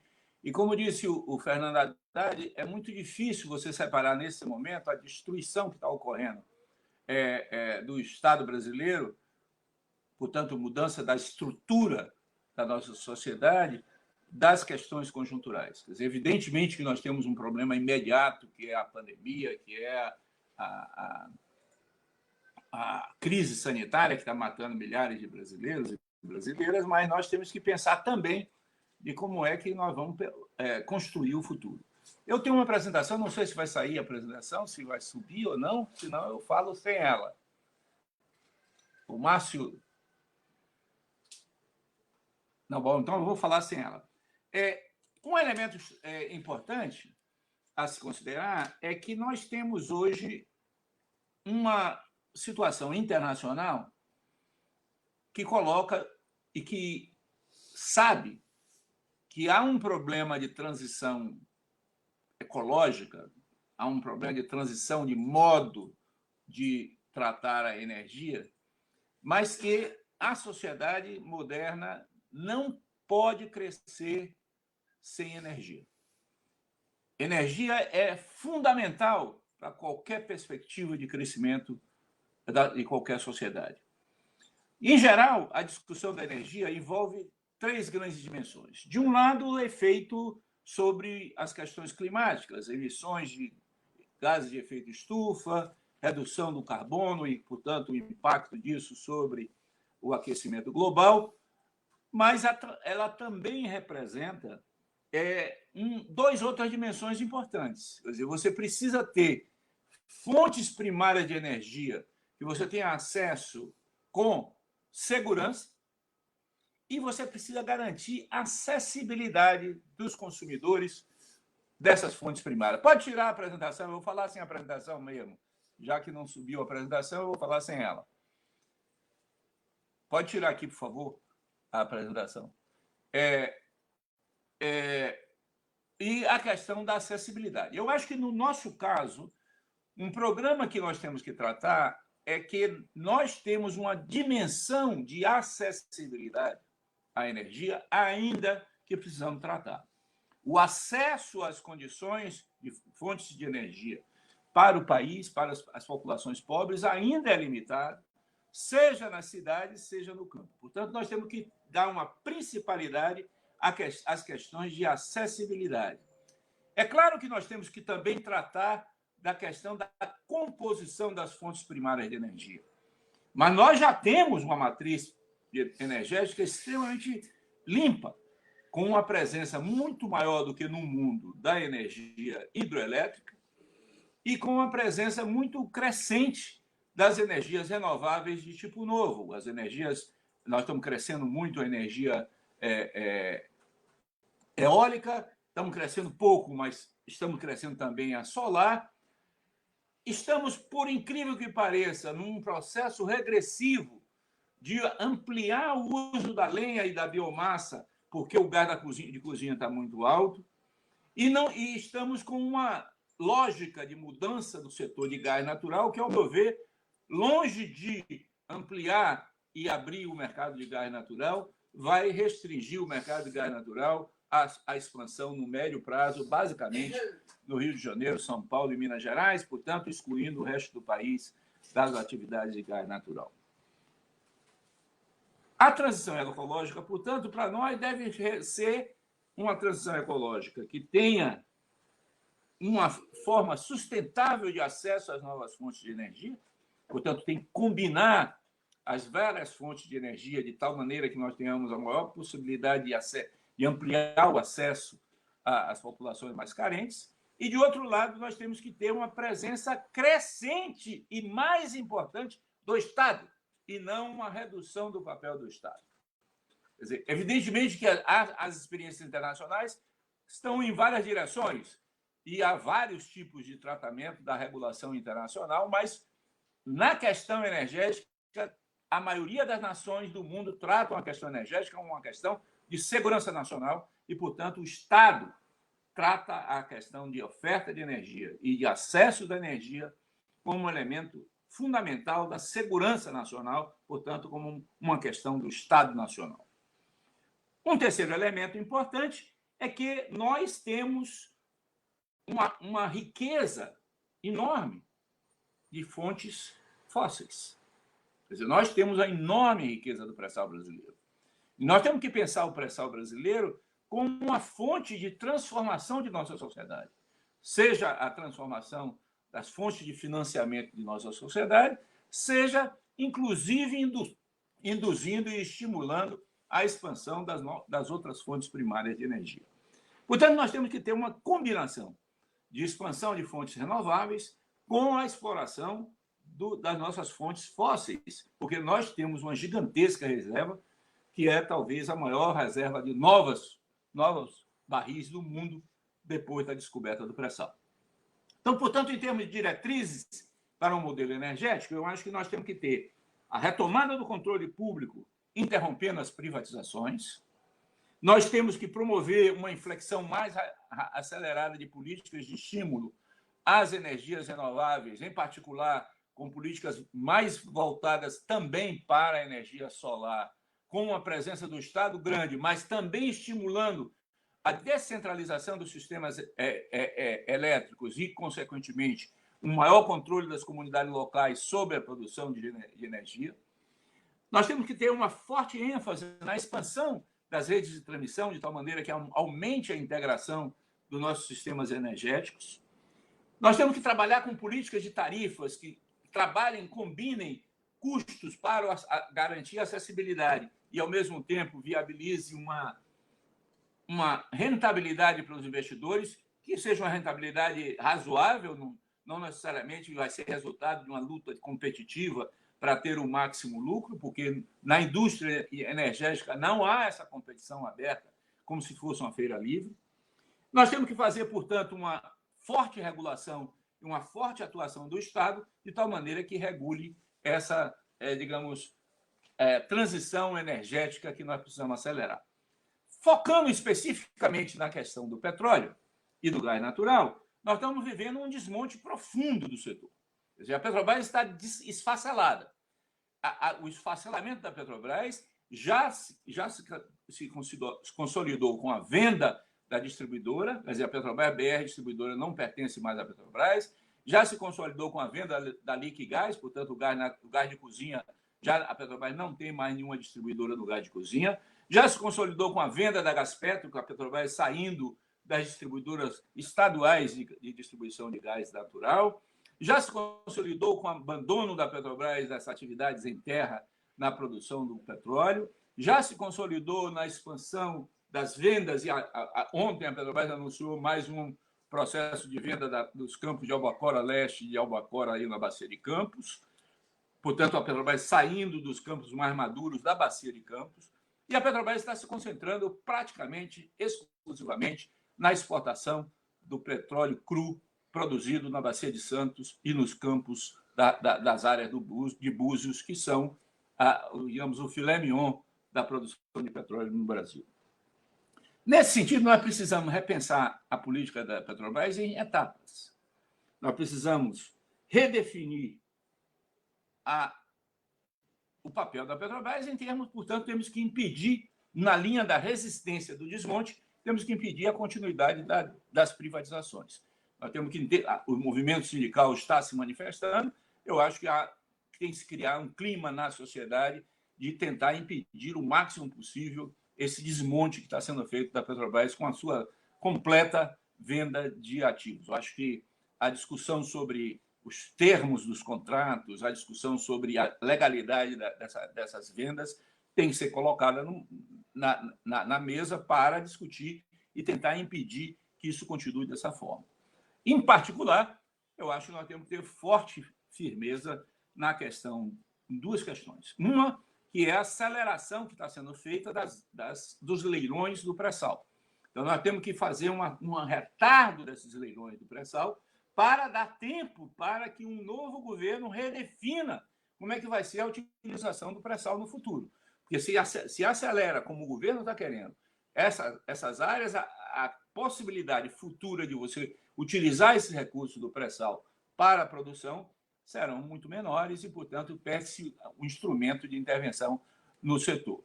Por outro lado, nós temos que pensar que temos que avançar na questão do refino. Quer dizer, não podemos deixar a privatização das refinarias como estão sendo feitas. Então, nós precisamos, dessa maneira, criar condições para que se impeça a venda das refinarias, se retarde os leilões do pré-sal e, portanto, se reconstrua um novo modo de funcionamento do petróleo e do gás natural nesse contexto de transição energética que eu mencionei. Para isso, nós temos que combinar ações de resistência de curto prazo, que incluem, inclusive, redefinição da política de preços de combustíveis, em particular com uma ampliação da política de apoio ao gás de cozinha para as famílias de baixa renda, como temos que também redefinir o papel das grandes empresas internacionais na exploração direta do petróleo brasileiro. Como o tempo acabou, eu vou parar por aqui. Vocês viram que é uma dimensão fundamental de um projeto de desenvolvimento. Não tem crescimento sem que haja energia.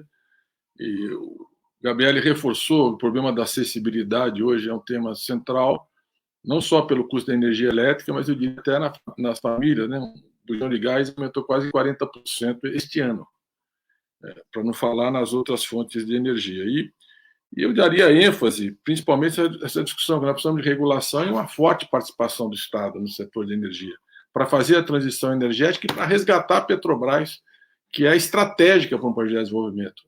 O esquartejamento da Petrobras está impedindo que ela seja o grande indutor de investimento, de expansão, de inovações tecnológicas, que era um programa de investimento da Petrobras que fez com que o Brasil chegasse a 7 mil metros e descobrisse o pré-sal, que mudou a história do petróleo no Brasil. Então, nós temos um imenso desafio aí de manter essas reservas estratégicas e recuperar a capacidade de refino para não ficar exportando óleo cru e importando derivados, né, especialmente dos Estados Unidos, que passou a ser o grande exportador de derivados. Nós estamos na contramão de uma política de desenvolvimento nacional do setor de petróleo, de gás, e ela é fundamental em tudo aquilo que o Wallace falou no projeto industrializante. Nós vamos ter agora Soberania Nacional, um projeto de desenvolvimento, o professor Paulo Nogueira Batista, que foi ex-diretor da FMI por 7 anos, ex-diretor e presidente dos BRICS, do Banco dos BRICS de 2015 a 2017, tem uma larga experiência internacional, inclusive porque é filho de diplomata, viveu isso com muita intensidade, e apesar que a conexão dele anda meia precária ali, e eu tinha nós estamos num grande esforço aí de ampliar a banda larga, de dar melhor acesso à internet. O governo acabou de vetar, Paulo Nogueira. Ele não quer que você participe das lives, vetou o projeto de acesso à banda larga de investimento em telecomunicação. Mas nós resistimos aqui com muito esforço. Então, com vocês agora, esse economista que tem uma presença fundamental no debate econômico do país, Paulo Nogueira Batista.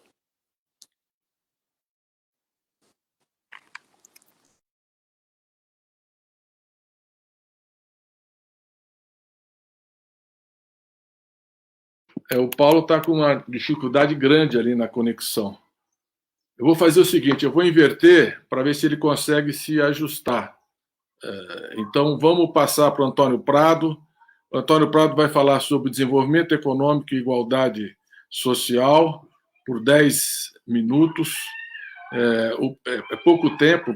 Voltou? Paulo, você consegue entrar? Senão eu passo para o Prado aqui. Consegue? Vamos lá. Então vamos ouvir Paulo Nogueira Batista sobre soberania nacional e um projeto. Bem, obrigado. Eu queria, em primeiro lugar, agradecer à Fundação Perseu Abramo e ao PT pelo convite para vir aqui falar desse tema tão importante, soberania e projeto nacional de desenvolvimento. É um tema vasto, eu vou procurar ficar dentro do limite de tempo. Se eu me exceder, por favor, avisem.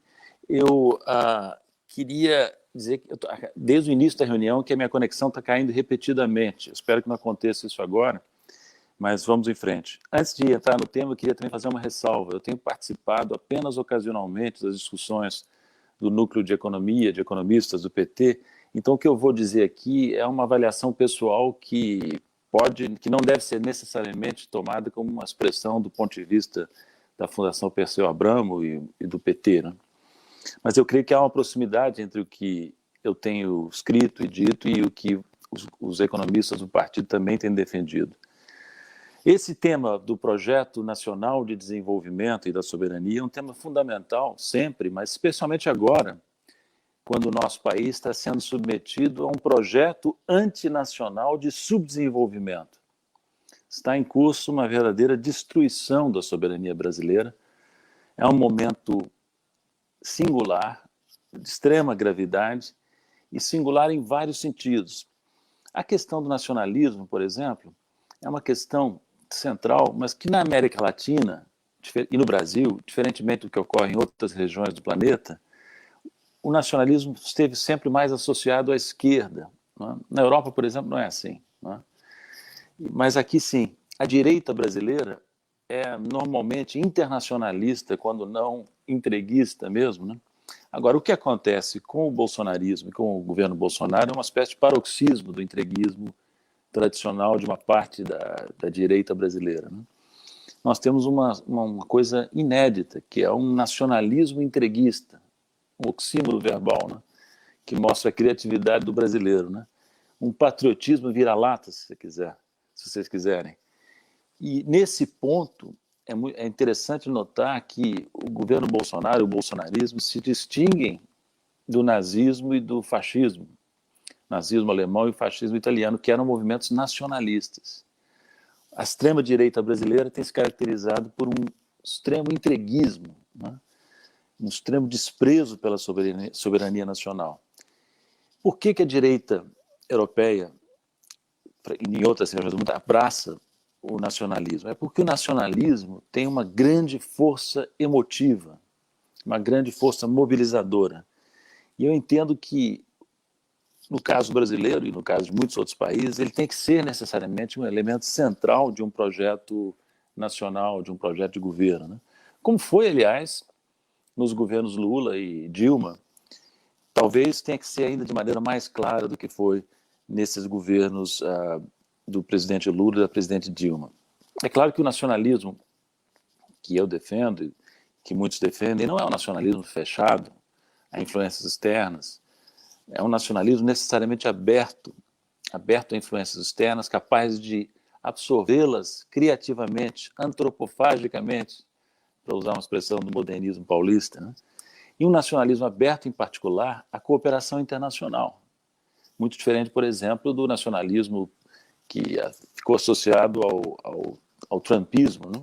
Nos Estados Unidos e em outros lugares, né? Por quê? desde sempre isso é necessário, mas no momento é mais ainda necessário que o nacionalismo seja aberto.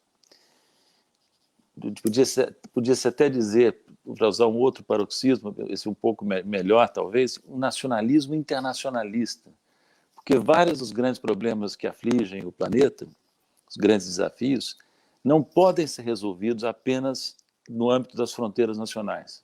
Eu me refiro muito especialmente à questão climática e à questão da pandemia, que atingiu a grande parte do planeta com muita força em 2020 e 2021. Mas é um tema, o tema do projeto nacional é um tema também econômico, né? No sentido tradicional. Por exemplo, nós precisamos de uma macroeconomia do desenvolvimento nacional, né? E precisamos de uma macroeconomia que promova, que tenha como cerne, que tenha como objetivo central a promoção permanente do crescimento econômico, né? Do desenvolvimento econômico. E, como diz o Guilherme, num modelo socioambiental, um crescimento que privilegia a inclusão social, a distribuição de renda, e um crescimento que privilegia o cuidado com o meio ambiente, com a natureza, o crescimento verde, né? O que significa uma macroeconomia do desenvolvimento nacional? Bom, várias coisas, eu não tenho muito tempo para falar aqui, vou tentar ser bem sintético. Significa, por exemplo, que na condução das finanças públicas é muito importante evitar que o Estado Nacional dependa exageradamente dos mercados financeiros, especialmente dos mercados financeiros internacionais.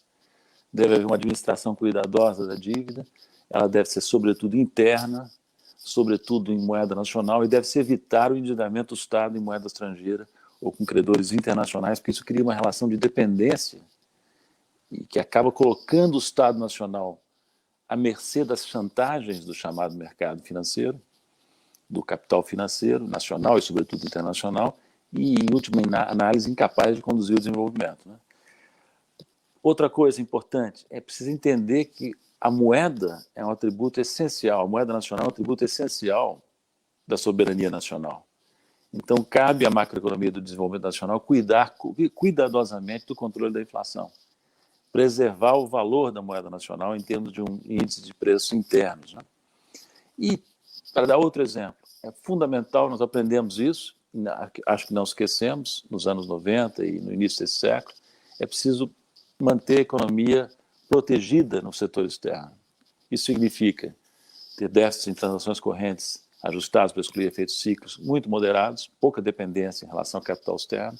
Significa manter um regime de câmbio flutuante administrado com intervenções do Banco Central, seja no mercado à vista, seja com derivativos. Significa também manter reservas internacionais muito elevadas. Nós temos reservas significativas, talvez precisássemos, inclusive, ampliá-las, né? As reservas que nós temos hoje são herança, como vocês sabem, do que aconteceu, da acumulação de reservas feita no governo Lula e no governo Dilma, né? E essas reservas são fundamentais para proteger a soberania nacional, né? É preciso também voltar a administrar a conta de capitais do balanço de pagamentos.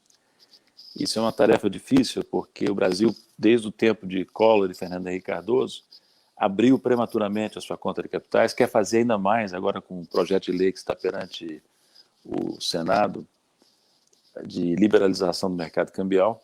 Nós temos que, ao contrário, retomar a possibilidade de fazer controles seletivos, cuidadosos dos movimentos de capitais. Tudo isso para preservar a soberania nacional e manter a independência de decisão, né? Agora, é claro que nós temos que reconhecer que a questão nacional, a questão da soberania nacional transcende muito a questão econômica. É uma questão cultural, é uma questão também de política externa independente. O Brasil precisa ser o centro de um polo com seus vizinhos, um centro de um polo independente no mundo multipolar. O Brasil tem espaço para isso, tem dimensão para isso. Nós somos, apesar da crise dos anos recentes, a 9ª economia do mundo. Quando o presidente Lula terminou o seu mandato, nós éramos a 7ª economia do mundo, em termos de PIB calculado por critério de paridade de poder de compra. Nós temos, portanto, todas as condições de termos uma política externa independente, um projeto nacional autônomo. O Brasil não cabe no quintal de ninguém. Essa foi a frase que eu escolhi como título do meu livro mais recente, né? E achei muito interessante um comentário que o ex-presidente Lula fez recentemente, falando com a CNN. dirigiu o seu presidente americano, depois falando com Le Monde, dirigiu o seu presidente francês, indicando que o G20 deve atuar. O G20 deve atuar concentradamente na questão das vacinas, né? Não é por acaso que o Brasil faz parte do G20, não é por acaso que o Brasil faz parte dos BRICS, é pela nossa dimensão. E nós temos subutilizado o nosso poder de atuação internacional no governo Temer, e sobretudo agora no governo Bolsonaro, e estamos silentes. Se nós tivéssemos um governo digno desse nome, certamente o Brasil poderia ter um papel muito maior do que está tendo em matéria de BRICS, matéria de G20, e a sugestão do ex-presidente Lula foi realmente muito oportuna, até meio óbvia, mas o óbvio às vezes é difícil de enxergar, né? O que o Lula quis dizer com isso? O G20 tem que ter agora, nessa crise da pandemia, o papel que teve em 2008, 2009, quando ele era presidente da República. E, finalmente, para terminar, o Brasil está correndo um risco muito grave no momento, um risco mortal. Já era possível perceber isso em 2018, depois da eleição, no primeiro ano do governo Bolsonaro, em 2019, mas tudo se agravou muito com a pandemia. Mas eu queria, para terminar numa nota positiva, lembrar a todos que outras grandes nações já passaram por grandes crises, né? A França, em 1940, quando foi ocupada pelos alemães, praticamente sem resistência, parecia liquidada, né?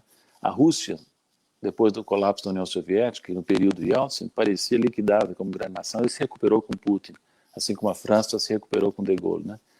E eu tenho certeza que o nosso país vai também se recuperar desse ponto baixo e reassumir a sua posição influente no mundo, desenvolvendo o seu projeto nacional de desenvolvimento. Obrigado. Agradecer Paulo Nogueira Batista, que eu acho que trouxe uma agenda muito importante, mostrar que nós estamos vivendo um período de um governo, na realidade, antinacional, entreguista, né? Um projeto de pró-subdesenvolvimento, antipopular e antidemocrático. E que a ditadura militar, o Bolsonaro ficou com o que tem de pior. A repressão, a defesa da censura, a defesa da tortura, porque a própria ditadura tinha um projeto desenvolvimentista, concentrador de renda, excludente socialmente, mas era desenvolvimentista. Ele abdicou, abraçou o neoliberalismo, entregou a política econômica para o posto de Ipiranga, e nós estamos vivendo essa tragédia econômica que não tem precedentes. E lembrar também que é isso, o movimento bolsonarista tem uma dimensão fascista. A forma de atuação, as atuações, as tentativas, proto-fascista. Mas o nazismo e o fascismo nasceram com uma visão de projeto nacional. A saída do Tratado de Versalhes foi um grande investimento na indústria bélica, de renascimento da Alemanha, de buscar um lugar ao sol, depois da hiperinflação. E principalmente a discussão da macroeconomia. Só um ponto que eu queria lembrar. O G20 foi uma criação, uma iniciativa do governo Lula. E o Guido era ministro da Fazenda, foi quando a gente assumiu a presidência e foi proposto o G20. E os BRICS também uma iniciativa do governo Lula, quando o Celso Amorim pegou uma sigla, que era uma sigla do mercado financeiro, e buscou articulação primeiro com Rússia, Índia e China, e depois incluiu a África do Sul, porque a África estava fora. Então foram dois movimentos estratégicos de política externa que nasceram por iniciativa do presidente Lula nos nossos governos. E agora, para encerrar esse período da manhã, nós vamos ter o desenvolvimento econômico e a igualdade social com o Antônio Prado, formado também com doutorado pela Unicamp. Ele foi ex-secretário executivo adjunto da CEPAL. Vocês podem ver que ele é muito mais velho do que eu, mas nós fizemos a faculdade junto, lá na economia, no início dos anos 70. Então, é um prazer estar com você aqui, Prado. Só vou dar um informe a vocês, que é o seguinte: nós tomamos uma decisão, consultando aqui o pessoal da mesa da tarde, o próprio Guido, que abre a mesa do período da tarde.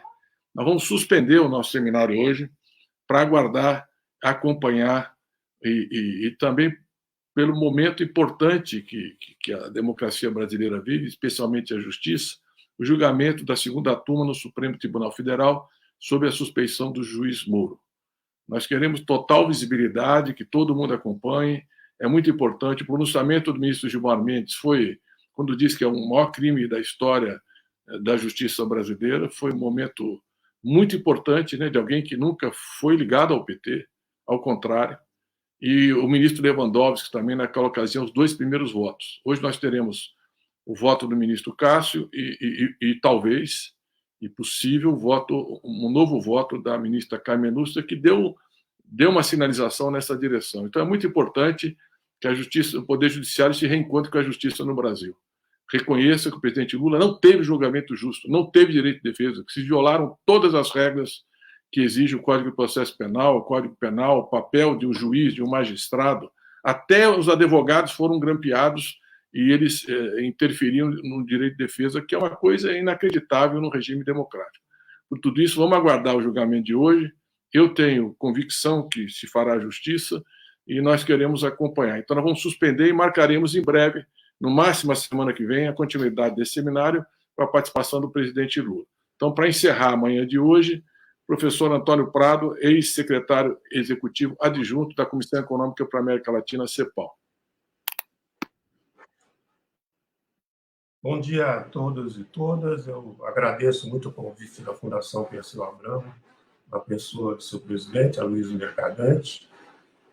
A primeira coisa que eu quero dizer é que eu fico muito feliz com a coincidência de pensamento da proposta de reconstrução da economia brasileira com as propostas da CEPAL. A CEPAL produziu 6 documentos sobre o desenvolvimento da América Latina para seus períodos de sessões, tendo a igualdade como elemento central. A motivação é óbvia e está relacionada ao fato de que o continente latino-americano é o continente, do ponto de vista da desigualdade de renda, o continente mais desigual do mundo.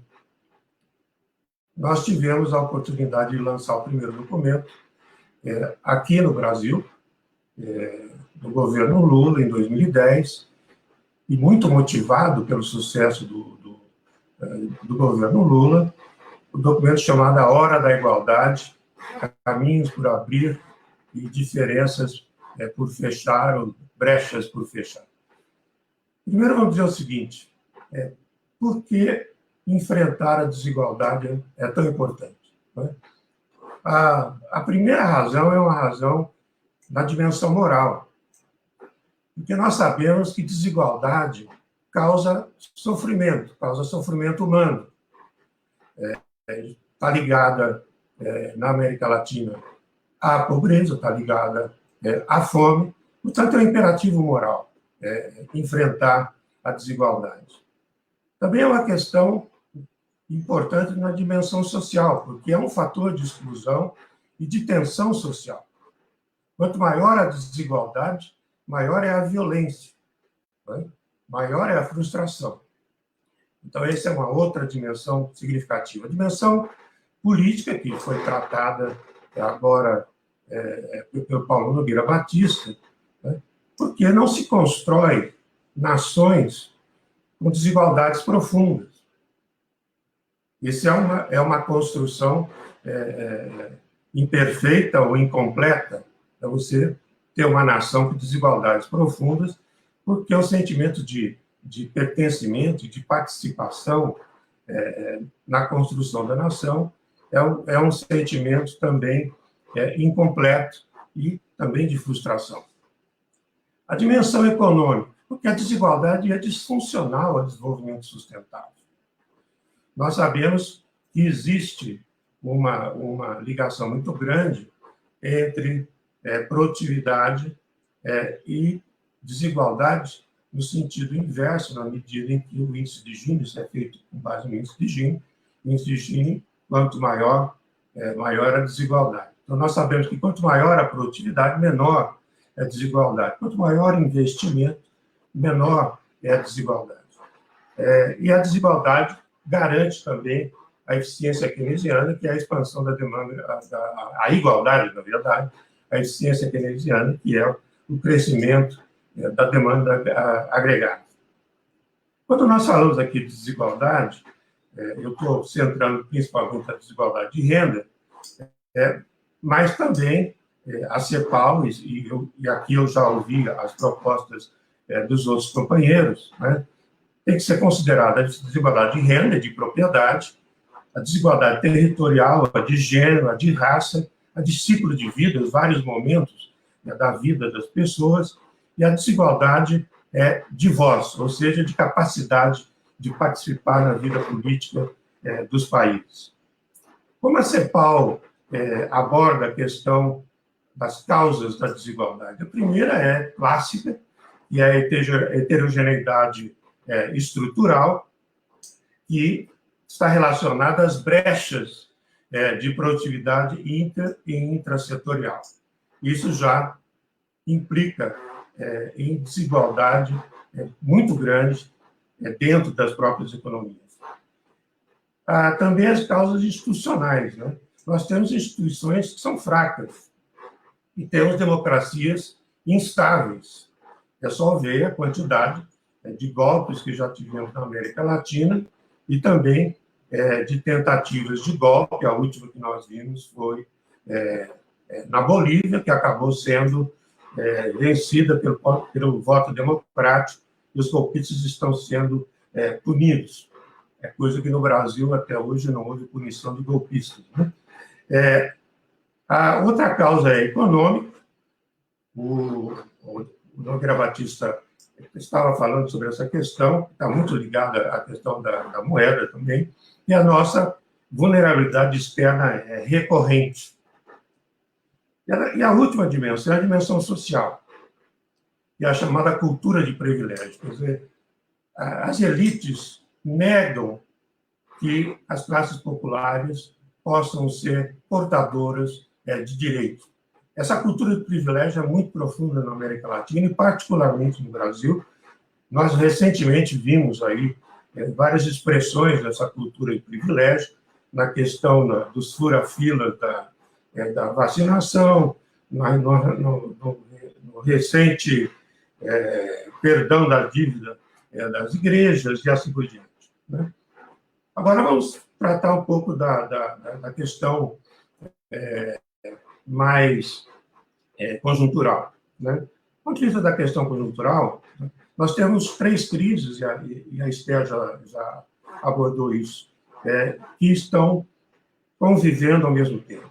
A crise econômica, que é de baixo crescimento, de instabilidade, de incertezas crescentes nas economias, a crise social, que é o aumento das desigualdades e da pobreza, e também das tensões sociais, e a crise da mudança climática, né? A essas crises se adiciona a crise da Covid-19. Teve um impacto profundo, mas, infelizmente, a Covid-19 é mais uma crise relacionada às epidemias recorrentes que estão relacionadas à degradação do meio ambiente. E isso é uma coisa que a proposta que vocês estão colocando, né, nós, que eu participo e apoio ela, tem que tratar a questão climática profundamente. A CEPAL tem uma proposta de novo estilo de desenvolvimento que é muito coincidente com a proposta do PT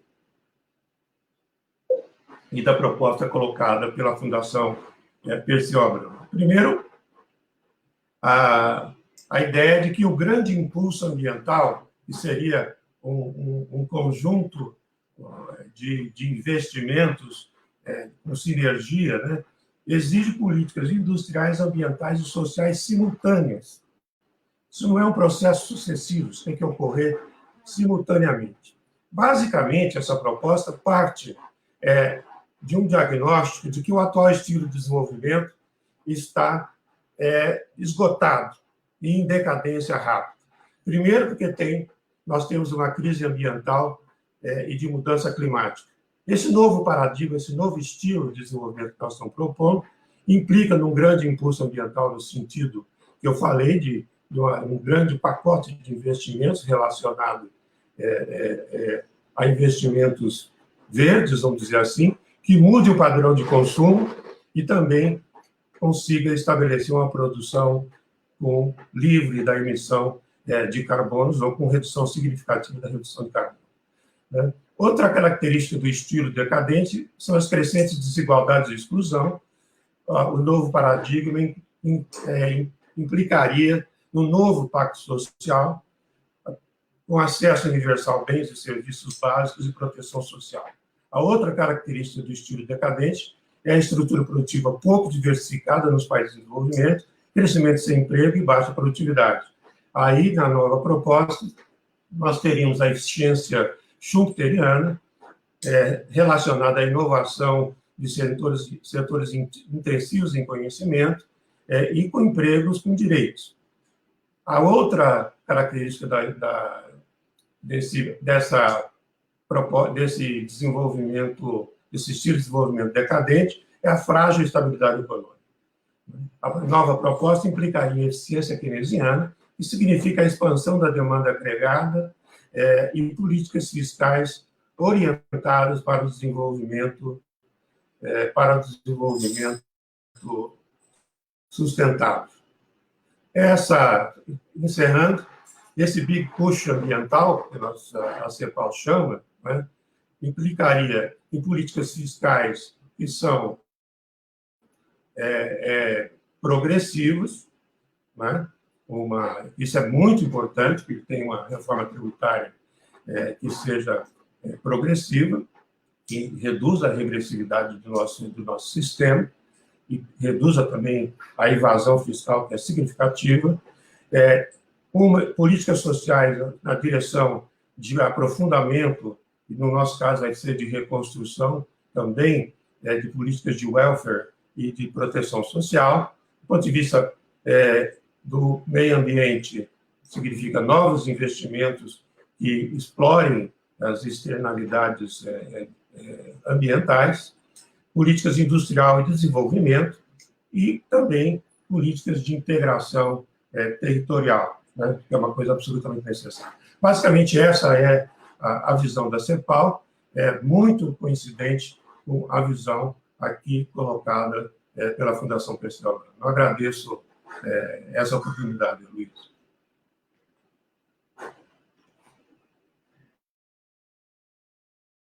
Muito obrigado, Antônio Prado. Nós concluímos a primeira parte do nosso seminário. Tenho certeza que quem acompanhou viu a densidade, a complementariedade, a consistência, a formação densa que cada um dos expositores tem nas suas respectivas áreas do conhecimento, mas que o nosso plano de reconstrução e transformação do Brasil é um pouco a síntese desse esforço de outras áreas, porque aqui a gente trata também de saúde, de educação, de cultura, micro e pequena empresa, que nós vamos continuar tratando no debate econômico ao longo, seria hoje à tarde uma parte importante. Ontem nós tivemos um seminário da juventude, do NAPS, do Núcleo de Acompanhamento Público da Juventude, e da igualdade racial sobre lei de cotas, onde tivemos 2 seminários. Hoje era esse de economia. Mas nós vamos suspender no período da tarde, primeiro em respeito a esse julgamento da segunda turma, que estamos há muito tempo aguardando. A Vaza Jato trouxe informações reveladoras da forma como o presidente Lula foi perseguido, inquestionáveis, e nós esperamos justiça. Em segundo, em respeito ao Supremo, porque nós temos que dar um voto de confiança. Foi importante a decisão do ministro Fachin e hoje pode ser ainda mais decisiva para o resgate da justiça e para dizer para o país, para todo e qualquer cidadão, que qualquer um tem que ter um julgamento justo. E um presidente que teve 87% de aprovação quando saiu, considerado o melhor presidente da história do Brasil, não podia ser tratado da forma como foi tratado, perseguido, com a violação de todos os direitos e garantias que estão assegurados na nossa Constituição em todo o arcabouço legal. Mas, principalmente, nós estamos suspendendo em solidariedade ao presidente Lula. Aqui a gente não veste uma farda artificial para dizer que apoiamos o presidente. Nós apoiamos porque temos convicção, porque temos princípios, porque temos ética, porque temos propostas, né? Nós queremos, como disse o presidente, um livro e uma carteira de trabalho na mão do povo brasileiro. E não vamos abdicar jamais de lutar por democracia, por igualdade social, por sustentabilidade ambiental, pela retomada no crescimento sustentável, soberano, com inclusão social e com ampliação de direitos. Então, em homenagem ao presidente Lula, em solidariedade a ele, que nós estamos suspendendo as atividades à tarde, aguardando a decisão do Supremo, e informaremos em breve, ou ainda até o final dessa semana, no máximo na outra, nós concluiremos a próxima etapa do seminário, que começa com um professor ex-ministro por 9 anos do governo, Guido Mantega, que vai fazer a abertura sobre o papel do Estado. E depois, na segunda parte do seminário, a abertura é feita por Nelson Barbosa, também teve 13 anos no nosso governo, foi secretário executivo e ministro da Fazenda. Então, uma boa tarde a vocês, um bom almoço e Lula livre. Muito obrigado.